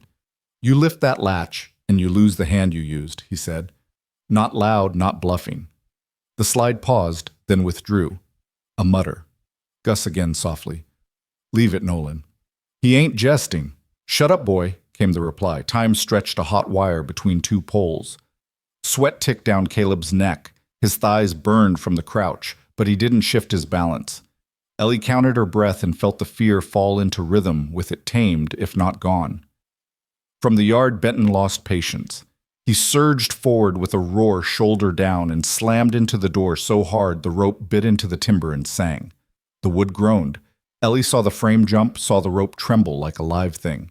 Before Benton could hit it again, Caleb fired into the ground 2 inches off the threshold, dirt spitting up into Benton's eyes. Benton reared back with a curse, blinking hands slapping at Grit. Back Whitford snarled. We wait him out. He's one man. He gets tired. Caleb let the quiet return heavy as a saddle blanket. He leaned his shoulder against the door, and the rough wood pressed the ache there like a palm. He looked over to Ellie. She had not taken her cheek from the stock. Her face was pale, steady mouth set in a line he hadn't seen on her yet, one he recognized from mirrors. If fear lived in her, it had company now, resolve, and something that looked a lot like fury, trained true. You breathing? He whispered. Yes, she said. Counting. Good. A soft scrape at the knothole again. Mr. Rourke. Gus breathed so low she barely heard it. He'll try to break the stall window and come through the side. He told Nolan to go. Caleb angled his head toward the last stall. My right, he whispered. You left. Ellie slid like a cat along the hay set the barrel where the angle narrowed to the little square window in the stall wall. Outside it, a shadow lifted, paused, lifted again. A gloved hand appeared reaching to test the wooden peg that held the shutter. Don't, Ellie said, and it was a single blade of sound. The hand froze. I don't miss. Silence. Then the hand slipped back like a snake, deciding it had mistaken a stick for prey. Whitford, sensing his men's nerve thinning, drew himself up, voice turning silk and poison. Ellie, he called, and her name in his mouth felt like a stain. Girl, you come out now, I'll be merciful. You made me cross, bringing me shame in front of good men, but I'm a generous husband. I'll forget what you done if you put your head down and learn. Ellie's vision narrowed to a white point. She remembered the way he'd held her chin with 2 fingers and forced her to look at his boots while he told her the rules. She remembered Benton's breath in her ear, sour with chew, as the whip laid its red arithmetic across her spine. She rose from behind the hay just enough to make her voice carry clean. I'm not your wife, she said, and the barn made the words large. I never was. Whitford laughed, a sound thick with disbelief. You think that matters? A paper says you are. A paper can lie, Ellie said. She lifted the shotgun so the barrel peered over the bale like a bright, unblinking eye. My back tells the truth. The yard went still, as if even the horses wanted to hear what came next. Whitford's jaw worked. He had not come for a sermon. He had come for a spectacle. He yanked at his reins, anger pulling him tight as wire. Last chance, he snapped. Boys don't, Caleb said, and the word was not loud, but it struck like a bell. He stepped up beside Ellie, the Winchester low but unshaking. Side by side in the barn's half dark, they looked like what they were. 2 people who had decided there were things in this world they would not surrender, no matter how the counting went. Ellie kept her cheek to the stock. Her finger tightened a fraction until the trigger brushed the pad. She could see Whitford's outline through the seam hat brim, the sharp jut of his shoulders. The place where, if she had to, she would put a shot that would end a charge without ending a life. She felt Caleb's presence, like a post at her back, something solid set in the earth. Walk away, she said, and her voice was so calm, Whitford's horse flicked an ear as if expecting a pat. No one moved. Outside, a wind rose and ran its hand through the mesquite, hissing secrets. The lanterns hissed too, their flames hungry but held. Somewhere far out on the ridge, a hawk cried once and was quiet. Ellie drew a breath and counted 1, 2, 3, 4, 5 and let it out steady. It was going to happen now or it wasn't. Either way, when it did, she would not be the girl crawling under a man's boot. She would be the woman who stood and chose. The wind scraped against the barn walls, a sound like sandpaper dragging slow. Ellie kept her cheek pressed to the shotgun's stock, her eye fixed on the narrow seam where Whitford's lantern light bled through. Her breath was steady now, just as Caleb had told her count to 5, let it out slow, hold the line. Outside, Whitford's boots ground in the dust. His voice carried sharp and oily. Enough games! You step out now, girl, and maybe I'll let the both of you walk away alive. Keep hiding, and I'll salt this land till nothing grows. Burn your cattle, scatter your bones for coyotes. Caleb leaned closer, his voice so low only she heard it. That's fear talking, means he knows we've already won half the fight. Ellie swallowed her finger, brushing the trigger, her pulse a drum in her throat. The words he had used, girl property mine, were old shackles he was trying to fasten again. But she wasn't the same woman who had collapsed in lace and blood at Caleb's fence. Not anymore. She rose higher behind the hay, letting the barrel catch the moonlight through the gap. Her voice rang out clear, sharp. You can't salt what doesn't belong to you, and you can't burn what I already took back. The silence that followed was almost sweet. She had never spoken against him in public before. Caleb's glance at her was brief, but in it was a flash of something fierce, pride, something that steadied her spine even more. Whitford snarled. You're nothing without me. Nothing. He turned to Benton. Break the damn door down. Benton lumbered forward, his shoulders filling the lantern's glow. He grabbed the splintered post and shoved. The door groaned against the bar wood, protesting. Another shove and dust sifted from the beams. Caleb lifted the Winchester sighted along it. His voice came like steel drawn from a sheath. Benton, you slam that door again and you'll be chewing dirt the rest of your days. Benton froze, sweat glistening in the lamplight. He looked back at Whitford, uncertainty cracking his face. Do it, Whitford barked. But Benton didn't move. The weight of Caleb's aim, the memory of dirt, kicked up inches from his boots the last time held him locked. Coward Whitford spat. Benton's jaw bunched, but still he stayed. The standoff stretched taut as wire. Then from the shadows by the wagon, Gus Lane's voice cracked the tension. Boss, maybe we're wrong. Maybe she ain't. Shut your mouth, boy! Whitford snapped, spinning on him. But the damage was done. Doubt had spilled into the yard like kerosene. The deputies exchanged glances. One shifted uneasily in his saddle. Caleb saw it, the cracks forming in Whitford's armor. He pressed the advantage, his voice cutting across the night. Any of you with sense can see it. She ain't his wife. She ain't his property. She's a woman free as any of us. You back him, you back a lie. You back cruelty. You ride away. Now you ride clean. The younger deputy cleared his throat, muttered, This ain't what I signed for. Whitford rounded on them, his face red under the brim. You'll stand or you'll face me. Ellie's voice rang out fierce as gunfire. Then face me first. The men all turned. She stepped from behind the hay bale shoulders, squared the shotgun steady in her grip. The lantern light from outside caught her face through the cracks. Pale, resolute, scarred, but unbroken. Caleb almost reached to pull her back, but stopped. He saw in her stance what Whitford could not see, the choice already made. Charles Whitford. Ellie said, her voice steady enough to echo, You whipped me. You tried to own me. You thought I'd crawl forever. But I stand here now and I say I was never yours. Whitford's eyes narrowed, his teeth bared in a wolf's snarl. You ungrateful. The rest of his words drowned in the roar of her shotgun. The blast lit the seam in the boards, the recoil jarring her shoulder, but not breaking her stance. Outside, Whitford screamed, spinning in the dust. The lantern he carried dropped, shattering. Flames licked the ground, but sputtered where the spilled oil had thinned. His horse reared, nearly toppling him. The yard exploded in chaos. Benton shouted, scrambling to catch Whitford's reins. The deputies scattered, swearing. Gus ducked, low eyes wide with shock. Ellie stood frozen for a heartbeat, the shotgun smoking in her hands. Caleb rose beside her, Winchester trained on the men outside. His voice was steady, commanding. Next shot won't be a warning. Take him and go, or you'll leave him where he fell.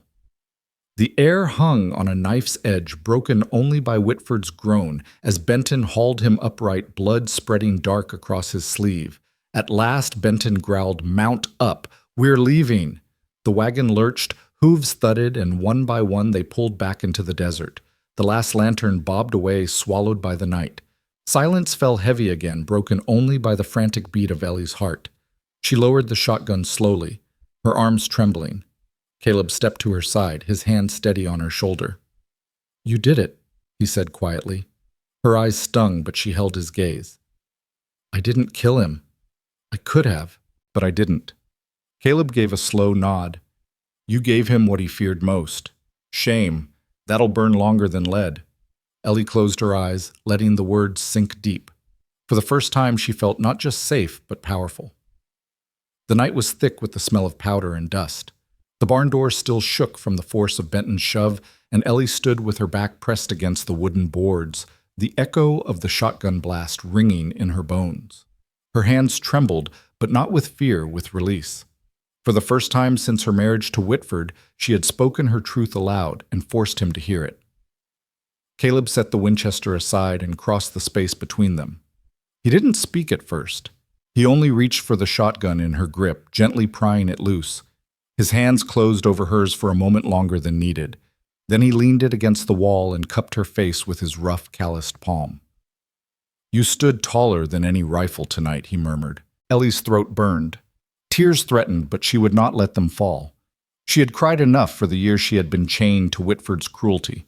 Instead, she managed a small, fierce smile. "I didn't think I had it in me."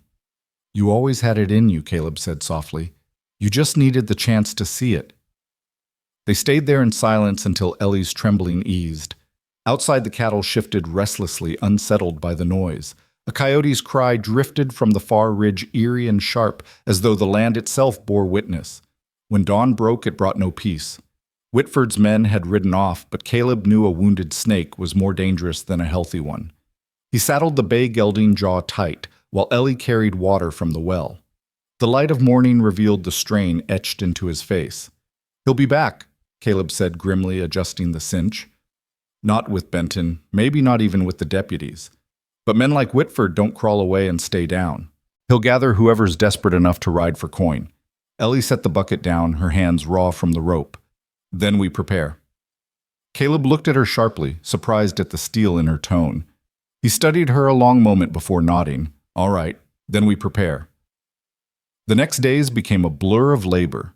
Caleb showed her how to reinforce the barn doors with iron nails, how to dig shallow trenches around the cabin to funnel rainwater, but also to trip advancing riders. Ellie mended tack-patched torn shirts and gathered wood with a quiet focus that impressed even Caleb. At night they sat on the porch, listening to the cicadas drone and the coyotes sing. One evening, as the stars came sharp and clear, Caleb handed her his mother's locket. "She gave this to Clara when we married," he said, his voice rough with memory. "It's been sitting in a drawer since she passed. But last night, when you stood there, when you defied him, I thought, maybe Clara wouldn't mind if I gave it to someone who's earned it." Ellie opened the locket, her breath catching at the faded photograph inside a young woman with dark hair and kind eyes. "She was beautiful," she whispered. Caleb's gaze was fixed on the horizon. "She was. And she'd have liked you." Ellie closed the locket, her fingers trembling. No one had given her a gift since she was a child. She clasped it to her chest and whispered, "Thank you." On the fourth day, Benton returned, but not with guns drawn. He came alone, hat in his hands, his eyes shadowed. Caleb met him at the fence rifle resting across his forearm. "You've got nerve coming back here." Benton nodded slowly. "I'm not here for a fight. I left him. After what she did, after what you both stood for, I saw him different, weak. He's gathering men in town, drunkards and drifters. He means to finish it." Ellie had stepped from the cabin door, her arms crossed. "Why warn us?" she asked, her voice cautious. Benton looked at her, shame etched deep. "Because I stood by too long while he hurt you, and because I ain't built to follow a man who breaks his own. Thought maybe it's time I stood somewhere else." Caleb studied him, suspicion warring with instinct. "And where's that Benton swallowed?" "Here, if you'll have me." The yard went quiet, the cattle lowed, a hawk cried overhead. Caleb's grip tightened on the rifle. But Ellie, watching Benton's weathered face, saw something that Caleb could not, a man tired of living in the shadow of cruelty. She spoke first. "If you stand here, you stand against him. No turning back." Benton's jaw worked, but he nodded. "Then I stand." That night, as Benton unrolled a blanket in the barn and Caleb kept silent watch by the fire, Ellie lay awake, staring at the rafters. For the first time, she believed they might actually win. Not just survive, but win. She turned her face toward the flames, toward Caleb sitting steady as the mountain itself. In that moment, she knew the truth. Whatever happened next, she was no longer Whitford's possession. She was hers. And maybe, just maybe, she was becoming Caleb's. By afternoon, the heat rose in wavering curtains, the kind that made a man feel he was walking through someone else's breath. Caleb drove a spade into the hardpan, widening the shallow trench that ran like a crooked smile in front of the cabin. Benton worked 10 paces down, sleeves rolled his big hands, competent and quiet. The former foreman had been on the place less than a day, and already the ranch moved different tools, found their hooks, gates swung true, The water barrel shifted to break a charge. He knew how trouble flowed and where to make it stumble. Ellie came out with a dipper and a bucket, the locket warm against her skin. The rough feed sack skirt she'd stitched, swaying around her calves. She handed water first to Caleb, then to Benton. Up close she could see what the sun hid the fine tremor in Caleb's fingers, the sleepless set to his mouth. When he passed the dipper back, his knuckles brushed the back of her hand. Neither of them remarked on how neither of them pulled away. "They'll come at gloaming," Benton said, shading his eyes, studying the ridge, as if it had words carved on it. "Whitford's a showman. He likes an audience, deputies who look the other way, drifters who tell the story later. That means lanterns and noise. But he'll send two ahead in the dark to find your weak fence." Caleb sank the spade again. "We let 'em think they found it." Benton grunted assent. "I told Nolan Pike to go to hell yesterday. He'll be with Charles now. Mean streak runs from his teeth to his boot heels. If he hits the south post, he'll hit it twice, doesn't take no for an answer." Ellie listened, arms folded, the shotgun slung from a strap across her chest. She had cleaned it so many times the wood looked fed. "Who's Nolan Pike?" "A man who loves cruelty dressed as sport," Benton said. "He'll take your breath just to see what your face does with it." "Then he won't get close," Ellie said, and meant it. Caleb looked over, not at the gun, but at the way she stood, square, not small. "We'll make sure of it." They worked through the hottest hours resetting the barn's inner bar with a fresh hinge plate. Benton scrounged from an old plow, stringing a second bell line low over the arroyo cut, laying two narrow planks under loose sand to trip a running horse. Caleb tacked a slotted board inside the loft window, where a man could set a rifle without showing his shoulder. He showed Ellie how the sight lay easy across the slot, how to breathe so the bead didn't bob. "Don't chase your shot," he told her. "Let the target cross where your muzzle's already waiting. You move less, you hit more." Benton came up the ladder with a coil of rope and a length of chain. "If they try the loft," he said, "we make the ladder greedy."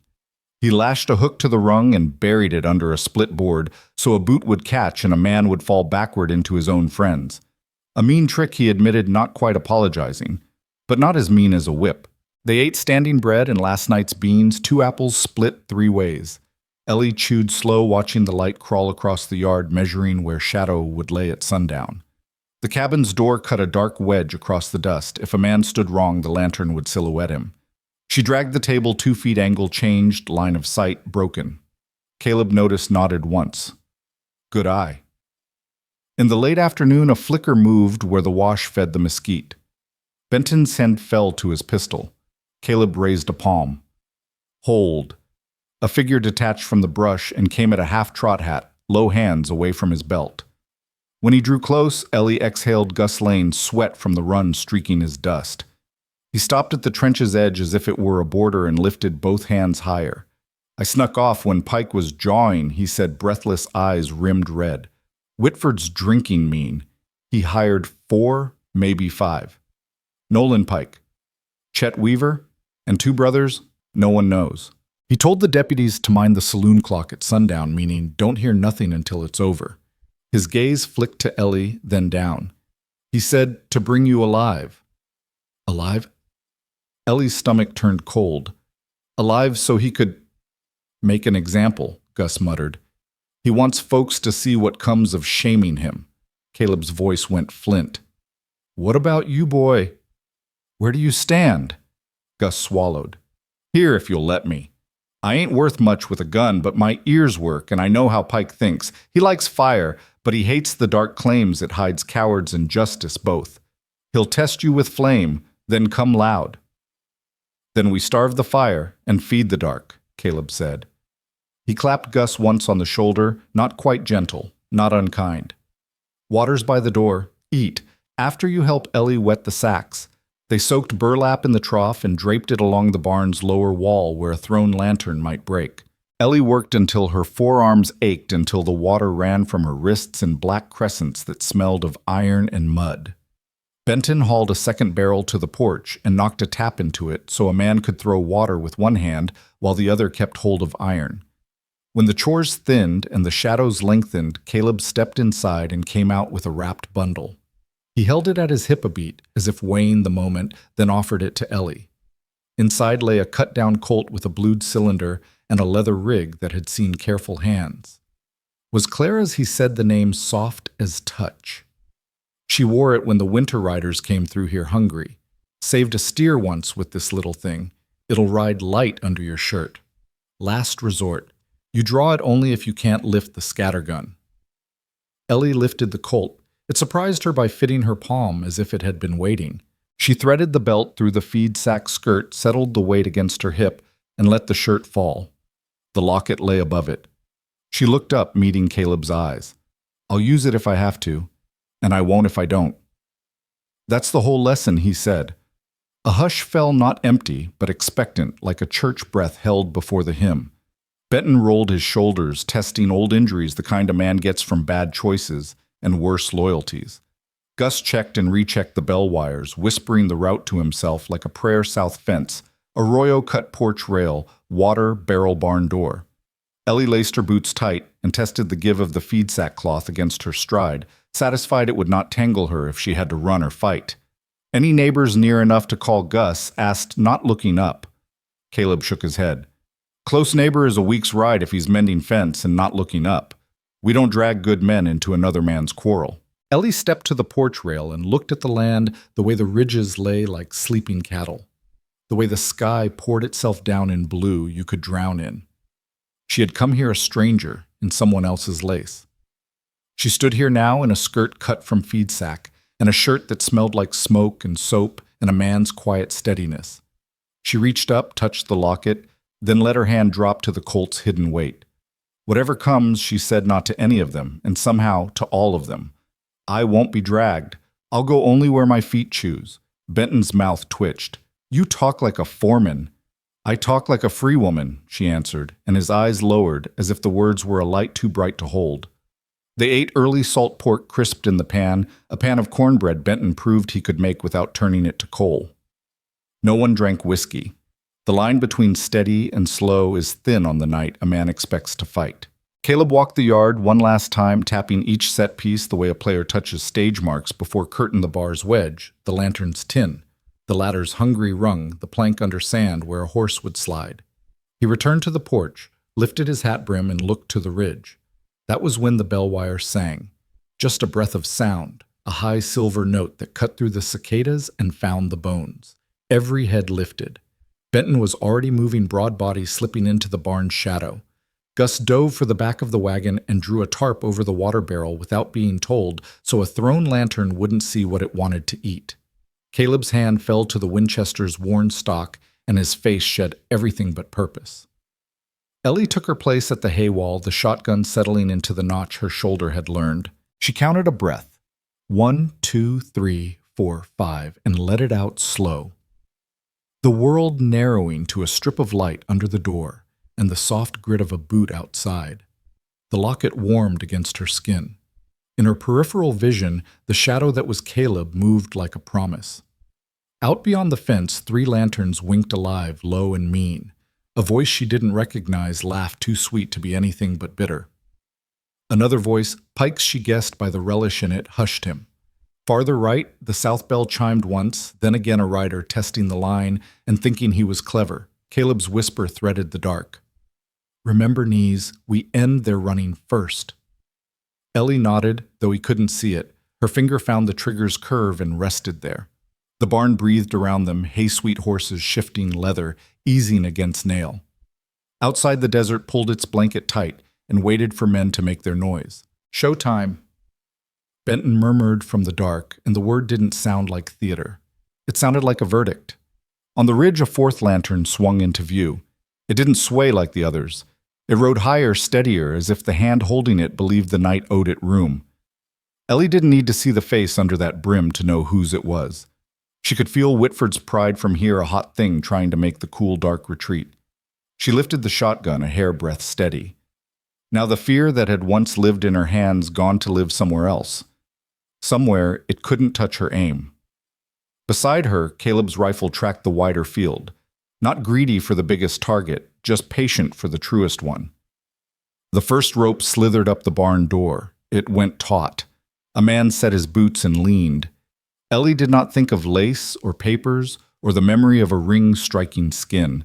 She thought of the way the earth felt under a person who had chosen to stand. She thought of a fence line and a bell that sang truth. She let her breath fall, and the sight lay where it needed to be. "They're here," she said, not frightened, just marking the time, and the words ran along the rail and into the hands of the men. She stood with, turning their grips a little steadier. The wind came down the ridge and carried a smell of kerosene and old anger.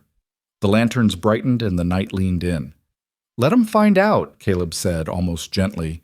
"We don't burn." The first yank on the rope rattled the barn door, a dull boom that seemed to shake the rafters. Ellie kept her cheek pressed against the stock eyes, narrowing her pulse steady.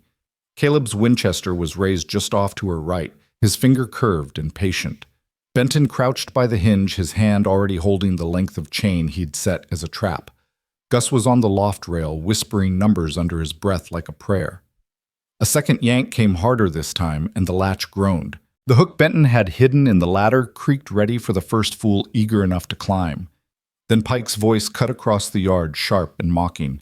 "Come on out, sweetheart."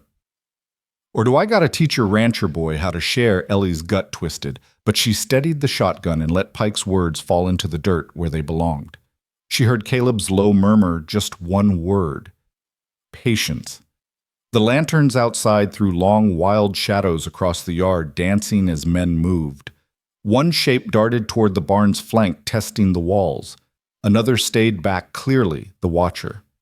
And the high lantern Whitford's didn't shift at all, which told Ellie he was standing tall in his arrogance, just waiting to step forward when his boys thought the fight was won. The latch gave once more, then the door flew open with a crack as the rope snapped. A man stumbled inside, lantern in one hand, whip at his belt. Nolan Pike. His teeth flashed in the light yellow and crooked like a dog waiting to bite. Ellie didn't move. Benton's hand shot out, yanking the chain tight across the opening. Pike's boot caught it. He pitched forward, hitting the dirt floor hard, the lantern rolling from his hand. Before it could break, Gus leapt from the loft and smothered it in a soaked burlap sack. The flame hissed and died, smoke curling up, the smell of kerosene sharp. Pike cursed and kicked, trying to rise. Caleb's rifle muzzle touched his temple. "Stay down," Caleb said, voice flat as iron. The other men outside shouted, confused by the silence that followed Pike's fall. "Nolan? You find 'em." Ellie kept her breath slow, the shotgun tracking the dark slit of the doorway. One man's outline filled it. He leaned in, squinting at the gloom. "You in there?" Ellie fired. The roar filled the barn, deafening, and the man screamed, spinning backward as pellets tore across his leg. He went down outside with a crash, and another lantern clattered into the dirt. The night erupted. Gunfire cracked from the ridge bullets, splintering the barn's upper boards. Caleb shoved Pike aside and yanked Ellie down behind the hay wall, just as another shot slammed into the timber where she had been standing. Gus scrambled back up the loft, returning fire with Caleb's spare revolver, his hands shaking, but his aim fierce. Benton slammed the bar across the barn door and dragged a water barrel against it, bracing it harder. Through the smoke and noise, Whitford's voice cut like a knife. "Burn them out." Another lantern arced through the air, striking the barn wall. Fire flared for a second, but the wet burlap held. Benton doused it with a quick splash, steam rising, the hiss louder than the gunfire in Ellie's ears. "Hold steady," Caleb barked, squeezing off a shot through the slotted board. A man outside screamed, dropping his rifle into the dust. Gus shouted from the loft. "Got him!" His voice cracked, half terror, half triumph. Ellie reloaded with trembling hands, the shotgun's barrel hot against her palm. She heard boots thundering along the porch. Then the back bell wire sang a shrill warning. "They're circling," she cried. Benton was already moving, shoving the chain aside to swing open a side panel they'd rigged earlier. "Let 'em circle," he muttered. "We'll circle sharper." He slipped out into the dark, a shadow moving against shadows, the revolver low at his side. Outside, chaos bloomed, men cursing, hooves pounding, the frantic squeal of a horse that had slipped on the hidden plank. The sound of flesh hitting dirt followed, and Ellie knew at least one rider wouldn't be getting back up. Inside, Caleb crouched beside her. His face was calm, but his eyes burned. "Ellie, you stay behind me. You fire only when you're certain. We're not wasting powder on shadows." She nodded, the Colt's weight steady at her hip, the locket warm against her chest. Then from beyond the lanterns came the slow crunch of boots on gravel. A man walking deliberate, his shadow long and unhurried. Whitford himself.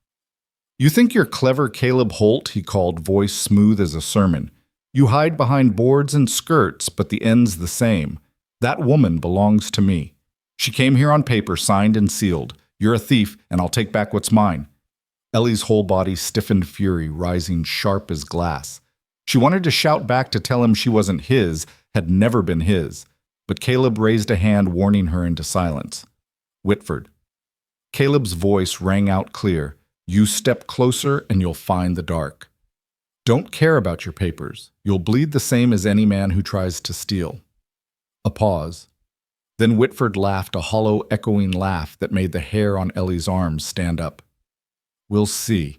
Gunfire cracked again, closer this time, bullets thudding into the barn. Ellie gritted her teeth and took aim at the doorway. This wasn't just survival anymore. It was the line drawn once and for all between being owned and being free. The next shadow that moved across the threshold would learn that truth. The gunfire died down as suddenly as it had started. Smoke hung heavy in the barn, curling in blue-gray ribbons through the rafters.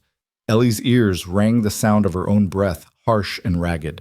She could hear the men outside shifting in the dirt, voices raised in tense whispers.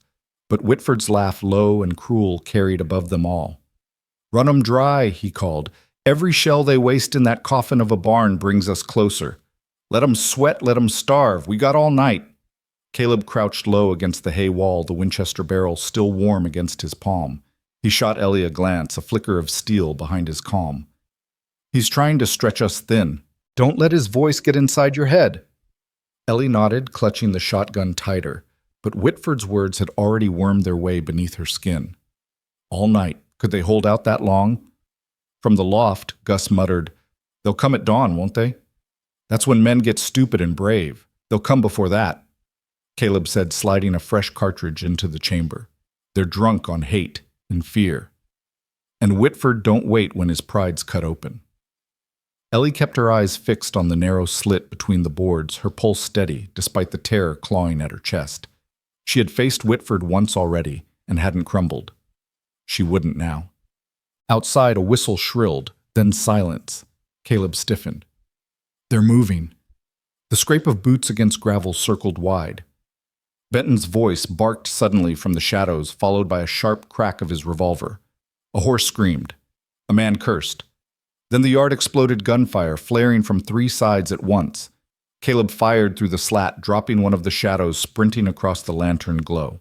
Ellie aimed, next pulling the trigger as another figure lunged near the doorway. The man collapsed, rolling into the dust, his pistol skittering away. The barn shuddered as someone slammed against the wall. Another tried the side hatch, only to find Benton's chain snare snapping tight around his boot. A scream tore out of the night. Benton's voice growled through the dark. "You should have stayed home." But then a new sound cut through the chaos, the crackle of fire. Ellie's heart froze. She turned toward the far wall where an orange glow licked along the boards. Whitford's men had thrown another lantern, and this time it caught. Flames began to crawl hungrily up the dry wood. "They'll burn us out," Gus cried from the loft. "They'll roast us alive." "Not if we smother it," Caleb snapped. He hurled a bucket of water over the growing blaze, but the flames hissed and leapt higher, licking across the hay stacked nearby. Ellie didn't think she acted. Snatching the soaked burlap from where Gus had smothered Pike's lantern earlier, she beat at the flames with all her strength. Sparks singed her sleeves, smoke burned her throat, but she didn't stop until the fire sputtered and died. Her chest heaved, soot streaking her face, but she looked back at Caleb with blazing eyes. "I told you," she rasped. "We prepare." Caleb gave her a hard, proud nod. Then he turned rifle up again, eyes narrowing as Whitford's shadow moved closer. The night stretched on in waves of silence and sudden violence. Shots rang. Men shouted, horses reared. Benton slipped back into the barn between skirmishes, his shirt torn, blood on his arm. "He's thinning," Benton growled. Couple ran when the fire failed, but he still got Pike's brother and two others meaner than rattlers. Ellie bound Benton's arm with a strip of cloth, her fingers steady despite the chaos. Then we keep holding. Benton looked at her eyes narrowing. You got grit, girl, more than half the men I've ridden with. She met his gaze squarely. I'm done being afraid. Toward midnight, the gunfire slowed. The yard went quiet except for the groan of wind through the cottonwoods. Then footsteps crunched in the dirt, slow, deliberate. Whitford.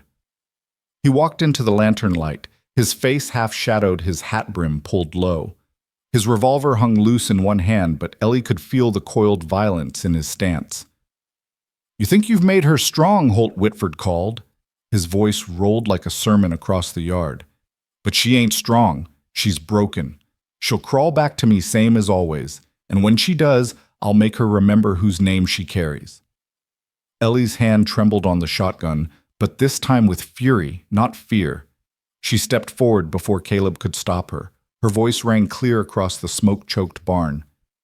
I carry no man's name, she shouted. Not yours. Not anymore. You never owned me, Whitford, and you never will again. Silence followed thick and electric. Even the crickets stilled. Then Whitford laughed softly, a laugh that scraped against her bones. Then you'll die without one, he said. The lantern light glinted on his revolver as he raised it. Caleb's rifle was already at his shoulder. Benton shifted beside him, ready to strike. Ellie steadied her breath, the shotgun rising in her hands. The barn held its breath, the night hanging by a single heartbeat. The showdown had come. The barn felt like it was breathing, the walls swelling with the pressure of men outside the rafters, shivering with every gunshot. The air was thick with powder smoke, acrid and stinging, clinging to Ellie's tongue. She kept her eyes locked on Whitford's silhouette, framed in the lantern glow, like a specter summoned from every nightmare she'd tried to bury. He raised his revolver, steady, patient. Caleb had his Winchester braced against his shoulder, the barrel dark as a snake ready to strike. Benton crouched lower, weight coiled on the balls of his feet, waiting for the smallest slip. And up in the loft, Gus clutched the revolver with both hands, knuckles white, his breath rasping as though every heartbeat was borrowed time. Whitford's voice broke the silence, slow and taunting. I could have made you comfortable, Ellie. A fine house, a name no one would dare question. But you spat on it. You spat on me. Ellie's grip tightened on the shotgun. Her arms trembled, not from fear now, but from fury. You never offered comfort, she spat. You offered a prison. Whitford's smile flickered under the brim of his hat. A gilded cage is still better than the dirt you'll die in tonight. The next heartbeat cracked into violence. Whitford's revolver barked the shot, slamming into the barn wall inches from Caleb's head. Caleb fired back instantly, his Winchester roaring. Wood splintered behind Whitford as he rolled sideways, his shadow jerking in the lantern light. Benton lunged forward, dragging Ellie down, just as another bullet punched through the boards above her shoulder. Gus shouted from the loft and fired wild, the shot sparking against Whitford's spur. Whitford snarled, wheeled, and leveled his revolver toward the boy's voice. No, Ellie screamed. She surged up, shotgun braced, and pulled the trigger. The blast thundered through the barn. Whitford staggered, his revolver spinning from his grip as the pellets tore into his arm. He went down hard, his hat rolling into the dirt. For a moment he lay still, his breath ragged, his body twisted. Silence crashed over the yard. The men who had been circling froze in place. One dropped his rifle and ran. Another cursed and stumbled after him. The third Pike's brother lifted his hand slowly, his face pale, then backed into the darkness until he was gone. Only Whitford remained.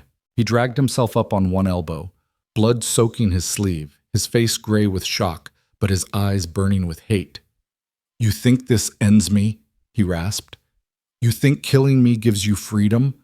Caleb strode forward. Winchester raised, but Ellie caught his arm. Her chest heaved, her whole body shaking, yet her voice was steady. No, she said. Not killing him, proving he can't own me anymore. She pulled the locket from her throat, the one Whitford had once claimed as his gift, the symbol of his control. She dropped it in the dirt at his side. Then with deliberate calm, she reached into her pocket and pulled out the small ring he'd forced on her hand when she signed the mail-order contract. The barn went so still that even the crickets held their song. Ellie set the ring on the edge of the lantern's flame. For a moment it glinted gold and bright, then the heat blackened it, softening the band. She held it there, watching as the circle bent, broke, and sagged into a shapeless lump. "This was never my bond," she said, her voice clear and strong. "It was your chain, and I break it now." The molten metal hissed as it fell into the dirt, leaving only a dark stain. Whitford's eyes widened, his breath catching in disbelief. The power he'd clung to, the claim he'd shouted over and over, melted before him into nothing. Caleb lowered his rifle slowly. Benton exhaled a long, steady breath. Gus climbed down from the loft, eyes huge, face pale, but a grin trembling at his lips. Whitford tried to speak, but the words caught in his throat. He coughed, spat blood, and slumped back against the dirt, his strength gone. His last weapon was not in his hand, but in his eyes, hatred sharp and desperate. Yet even that seemed to fade as Ellie turned her back on him. She faced Caleb. Smoke and soot streaked her face, her dress torn, her hands raw. But she stood tall. For the first time since stepping off that train weeks ago, she felt the weight lift. "I'm free," she whispered. Caleb touched her shoulder, his voice quiet but steady. "You always were. Just had to see it yourself." Outside, dawn was beginning to gray the horizon, the stars dimming one by one. The night of fear was breaking, and with it the power Whitford had held over her life. Ellie looked toward the east, her eyes burning not with tears, but with something new. Resolve. Hope. She had faced him. She had broken the chain. The rest of her life was waiting. The gray light of dawn stretched across the plains, peeling back the shadows that had cloaked their long night. Smoke curled lazily from the barn wall where the fire had tried to take root, the charred boards still damp from Ellie's desperate fight against the flames. The yard was littered with signs of battle, spent cartridges, bloodstains in the dust, a broken revolver half buried in the dirt. Ellie stood in the doorway, her shotgun lowered but still in her grip, staring at the man who had haunted every step of her life these last months. Whitford slumped against the fence post, pale and beaten, his once impeccable coat torn and stained. His breath rattled shallowly in his chest, his eyes darting between Caleb and Ellie with a mixture of hatred and disbelief. "You ruined it," he croaked. His voice was weaker now, but venom still clung to every word. "Everything I built, everything I owned, you were mine." Ellie's jaw tightened. For a moment she almost saw him as he had once fooled her into seeing him, the wealthy man with fine words, polished boots, and promises of stability. But that illusion burned away like smoke, leaving only the truth, a man who mistook cruelty for strength, who mistook possession for love. "I was never yours," Ellie said firmly. "You only ever had chains, and I've broken every one." Whitford's hand twitched toward the revolver lying just out of reach. Caleb saw it and stepped forward, boot heel grinding the weapon deeper into the dirt. His Winchester stayed leveled, though his gaze was colder than the barrel itself. "This ends here," Caleb said. "You don't speak her name again. You don't ride these hills again. You've got one choice left, ride out broken or never ride again." Whitford's lips twisted into a bitter smile. "You think you've won? Holt men like me never disappear. We linger. We haunt." Ellie moved closer, standing shoulder to shoulder with Caleb. Her voice cut through Whitford's rasp like a blade. "No. You'll vanish. Because the only way a man like you lives is if people let him. And we don't. Not anymore." Whitford's eyes flickered uncertainty, at last cracking the mask. He coughed again, the sound ragged, and lowered his gaze. For the first time he looked small. By noon the deputies had arrived, summoned by Benton, who had ridden hard into town after the standoff. He returned with 2 lawmen and a wagon to haul away Whitford, who now sagged like a husk in the dust. The sheriff, an older man with grizzled whiskers, tipped his hat grimly. "Hell of a mess you folks cleaned up," he muttered, glancing at the bullet holes punched through the barn walls. He gave Whitford a sharp nudge with his boot. "This man's got a long list of debts coming due. Fraud, assault, coercion. Been hearing whispers for months, but no one dared speak. Guess now they will." Ellie stood back, arms crossed, the weight of her courage still pressing heavy on her chest. Watching them load Whitford into the wagon, she felt no triumph, only release. He was no longer her shadow. When the sheriff tipped his hat again and rode off, silence settled over the ranch.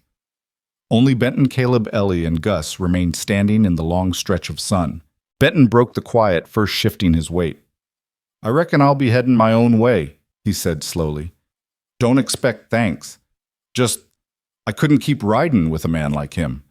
Guess I had to prove that to myself. Caleb studied him, eyes narrowed, but finally gave a slow nod. Then prove it by not looking back. Benton touched the brim of his hat toward Ellie's shame and respect mingling in his weathered face. You're stronger than most men I know. Don't forget that. Then he swung into his saddle and rode away, dust rising behind him until he was only a speck. Inside the barn, Gus lingered by the loft ladder, still clutching the revolver with both hands. I thought I'd freeze, he admitted, voice small. But I didn't. I shot. His eyes darted to Ellie, then to Caleb. Does that make me like them? Caleb crouched in front of the boy, resting a hand on his shoulder. No, he said firmly. You didn't shoot out of hate. You shot to protect. There's a difference, Gus. Don't ever let anyone tell you otherwise. Ellie knelt beside them, her hand brushing the boy's soot-streaked cheek. You saved us. You were brave. Don't carry shame for that. The boy's lip trembled, but he nodded. For the first time, his shoulders relaxed. That evening, as the sun sank behind the cottonwoods, Ellie sat on the porch with Caleb. The land stretched wide and quiet before them, golden light spilling over the hills. She turned the melted lump of metal, the remains of Whitford's ring, over in her palm. It was ugly now, twisted and blackened. But to her it was beautiful, proof that chains could be broken. I thought freedom would feel like running, she said softly. But it feels like this, sitting still, breathing. Caleb glanced at her, the corners of his mouth lifting faintly. Sometimes freedom ain't where you go. It's where you finally stop. She leaned back, her eyes fixed on the horizon. For the first time in years, the horizon didn't scare her. It beckoned. But in the quiet of her heart, she knew one truth remained: freedom was only the beginning. What came next would be hers to choose, and for the first time she had the strength to choose it. The day after the sheriff's wagon rolled away, the ranch exhaled. It was a small thing. Fewer birds startling from the cottonwoods, less fret in the horses' ears. But Ellie felt it in her bones. The land had held its breath with her through nights of fear, and now it let it go long and low like a prayer. They worked slow that morning.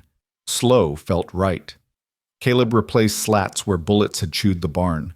Ellie scrubbed the soot-streaked boards with sand and water until her knuckles were raw and clean at once. Gus stacked the spent cartridges in a neat row on the porch rail, then carried them to the shed to remind himself what he'd used up and what he'd have to earn back. No one spoke much. Silence didn't mean emptiness here. It meant rest. Near noon, Ellie climbed the ridge above the corrals where the wind lived. The ranch unfurled below fence lines, stitched through gold grass, black dots of cattle, moving like notes on a staff. The ache across her back was a quiet hum, no longer a scream. When the wind lifted her hair, it didn't feel like fingers grabbing. It felt like the world checking she was still there. Caleb found her sitting on a flat rock with her knees pulled up, the feed sack skirt tucked under her heels. He'd shaved, which always made him look a little like he'd surprised himself with the decision to be gentle. He carried a canteen and 2 biscuits wrapped in cloth. You left breakfast on the table, he said, offering one out. I wanted to see the place from up here, she answered. It looks different. It's the same, he said. You're different. That'll do. She took the biscuit and bit. Is that how it worked for you after Clara? He looked out over the corral's hat shadow, hiding his eyes. No, he said, honest as a ledger. I got smaller, wound myself tight, and tried not to move so nothing else could break. And now, he shifted his weight, a tiny confession of discomfort. Now I think maybe I moved again. She turned the biscuit in her fingers, amused. Dangerous habit. He huffed a sound that wanted to be a laugh, and might be one day with enough practice. They ate not in a hurry. When they were done, he tipped the canteen so the last cold mouthfuls touched both their lips. Gus wants to ask you something, he said at last. She raised an eyebrow. You can ask me yourself, Gus, she called without turning. The boy startled into view from behind a scrub oak, ears flushing red. How'd you know you breathe loud when you're nervous? She said. What is it? He scuffed his boot. I was thinking, if it ain't too much, Mr. Rourke said I could stay on for a while, learn honest work, help with fence and stock. I can send a little money to my ma once I get paid. I don't much want to go back to town and hear men tell the story wrong. Caleb glanced at Ellie, a question tucked into the look. She let her smile answer before her mouth did. You can stay, she told Gus. If you stand here, you stand straight. That's the only terms. Gus nodded so hard his hat slipped over his eyes. Yes, ma'am. He fumbled. Ellie. Ms. Hart. Ellie will do. He grinned all boy for a flash, then ran down toward the yard with more speed than was wise on a stony slope. Caleb watched him go and shook his head. That one's going to find every gopher hole I missed. And get back up, she said. He seems that kind. They sat until the sun pushed them on. Work weighted fence to mend a roof plank to true a list of small things that add up to the shape of a life. In town, the story ran quicker than whiskey. By week's end, the mercantile clerk had said, paper ain't a soul, so many times it started to sound like a hymn. The sheriff, to his credit, kept his jaw shut and his hands busy with warrants. There were men who'd stood with Whitford and men who'd stood aside. Both kinds felt a little smaller under the noon glare. A few women who'd been quiet too long felt a little taller. If you listened close, you could hear the sound of a place measuring itself again, deciding what was worth keeping and what belonged to dust. Work healed them. The body knows it before the mind. Ellie learned the rhythm of the windmill and the smart of rope across a palm gone soft from city winters. She made bread that rose high as a good day and stitched a skirt from that faded blue cotton he'd found rough seams at first, then straighter. Caleb showed her how to read cloud shadows so you know if rain means a gift or a flood. Gus learned to hold a post level with a string line instead of his guess. There was a comfort in these lessons, a predictability cruel men hate. Cruelty thrives in confusion. It starves on competence. At night they ate on the porch and let the dark lay warm over their shoulders. Sometimes Caleb told a story about the border rides in his youth, always sparse on the parts that would make a man sound heroic. Sometimes Ellie read from a battered book the pastor's wife had slipped her off the train at St. Louis, a little volume with poems that smelled of attic. The words had lived in her pocket like a secret.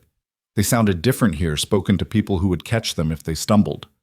One evening, the sky blew up with thunderheads that marched in a straight line from the west. Lightning stitched the horizon. Caleb stood in the yard, counting between flash and answer. 4, he said. Close enough to water, far enough not to break what we fixed. The rain came and smelled like pennies and cedar. Ellie ran into it and lifted her face, laughing in open-mouthed surprise when the first cold drops found her eyelids. She turned hair slicked dark to her neck and found Caleb watching as if he were memorizing a thing he didn't expect to see twice. When she reached him, she cupped his jaw with both hands and let the rain run off her wrists onto his shirt. We didn't burn, she said. No, he agreed quietly. We didn't. They fixed the roof after that storm for the joy of fixing something small. They planted a row of beans near the well where the water remembers to linger. Ellie got blisters and was proud.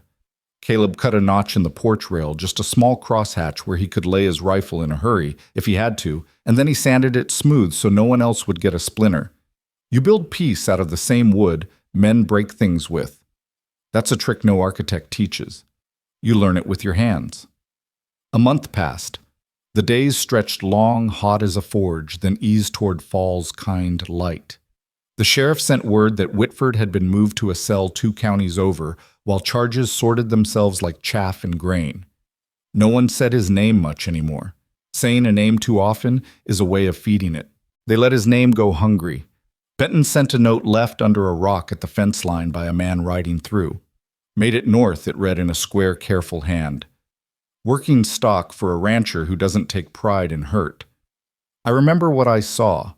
I'm making use of it the right way. Caleb read the note twice. Ellie folded it and tucked it behind a crack in the mantle where good words can dry and keep. On a Sunday, Caleb hitched the wagon and asked Ellie if she'd ride to church. He did it with a shrug as if he were asking whether they needed coffee, and she answered with the same shrug as if she hadn't dreamed of walking down a street without looking over her shoulder. They sat in the back and let the hymn swell around them. Nobody pointed. A few tipped their hats. The pastor preached on ownership and stewardship and the difference between claiming and caring. If there was a line or two about papers and souls, folks nodded without turning their heads. After the service, an older woman pressed a sack into Ellie's hands. Flour 2 jars of peaches and a spool of proper thread. For the skirt, the woman said, nodding at the feed sack cloth with a smile that had lived through more than it showed. You hold yourself like a woman who won't waste good fabric. Ellie laughed. I'm learning. On the way home, the road threw dust and sunlight back at them in equal shares. Gus slept sitting up in the wagon bed, his hat over his face. Caleb held the reins loose, his forearms brown and strong. Ellie watched his profile and thought about how grief had carved him and how time had softened the edges. He saw her looking and tilted his head. What I was thinking, she said, mischief, trying on her mouth like a new hat, that maybe comfort doesn't have to be a cage after all. He turned that over the way he turned a coin to check its stamp. Maybe not, he said. Long as there's a door a person can open with their own hand. That night they pushed the table aside without speaking and danced on the cabin's rough boards to a tune Ellie hummed from memory, and Gus whistled off key. It wasn't a waltz. It wasn't anything you could name. Caleb moved careful at first, as if afraid to step on something that might break. Ellie matched him, then led him, then let him lead. When the song ran out, they stood close enough to hear the quick in each other's chests, and far enough to call it respect if anyone asked. Do you want? Caleb began and stopped uncharacteristically, lost. Ellie put a finger against his mouth, smiling. We've had enough of other people's papers, she said. Let's write our own terms slow. Slow suits me, he admitted. She kissed his cheek. It was simple and plenty. Long after Gus had gone to his loft and the fire had settled into a bed of quiet light, Ellie stepped out to the porch and sat with her bare feet on the cool step. The stars were more than she could name. You could reach up and pick one if you believed enough, though she didn't. Believing wasn't the point. Looking was. Caleb joined her shoulder to shoulder. They didn't touch hands. They didn't need to. The space between was a promise. He glanced at her, then out across the land. Tell me what you see, he said. She thought, then answered, a place that didn't ask who I belonged to when I arrived. It just asked if I could stand. And I can. He nodded. That's most of it. Behind them, the cabin breathed in the steady way a home does when it's full of people sleeping without fear. The fence bell gave a tiny ghost of a ring as the night wind tripped it, and both of them smiled. A warning had turned into music. In the morning, there would be more work. There always is if you're lucky. Fences break. Gardens need water. Cattle test your patience and teach you where you've placed it. They would tend to these things and to each other in the quiet, stubborn way that mends what men with fists and paper try to tear. The desert held them harsh and honest. It does not promise. It proves. Ellie had arrived in lace that wasn't hers and left it in ash. She wore dust now and sweat and the light hand of a man who knew the weight of loss and still chose to hold gently. Freedom turned out not to be a road underfoot, but a roof over her head that didn't leak when it rained. Not a gate swung open, but a gate she could close at night without hearing her own breath bounce back in fear. She looked at Caleb and found him already looking at her. We made a sanctuary, she said. He shook his head. We found one in each other, he corrected softly. The rest is just boards. Boards are something she teased. They are, he agreed, and squeezed her shoulder once, quick as a heartbeat. The sun dropped the kind of red that makes a person believe in tomorrow without saying it out loud. Coyotes started their talk, and for once it sounded like gossip instead of omen. Inside, the embers licked the iron of the stove and made that small, happy tick that says a place is warmed from within. Ellie closed her eyes and let it hold. Not a fairy tale, not an ending stamped neat, just breath and boards, and a man whose voice could put a nightmare back in its box, and a boy who'd learned the difference between pulling a trigger for power and pulling one to protect. Somewhere down the line, maybe there would be papers with their names intertwined if they wanted it that way. Maybe there would be children running the ridge and falling into gopher holes and getting back up swearing they meant to do it. Maybe there would be bad winters and lean springs. Maybe there would be arguments about nothing that turned into somethings they'd be proud to fix. All of that was work for later. For now, the sanctuary was enough. Your thoughts will help us create meaningful stories. And if you want to hear more powerful healing stories like this, don't forget to subscribe to the channel. Click the bell icon so you don't miss any new episodes. And most importantly, share this video with people who need a little hope today. Thank you so much for your time. We hear you. We listen to you. and we are honored to tell these stories for you.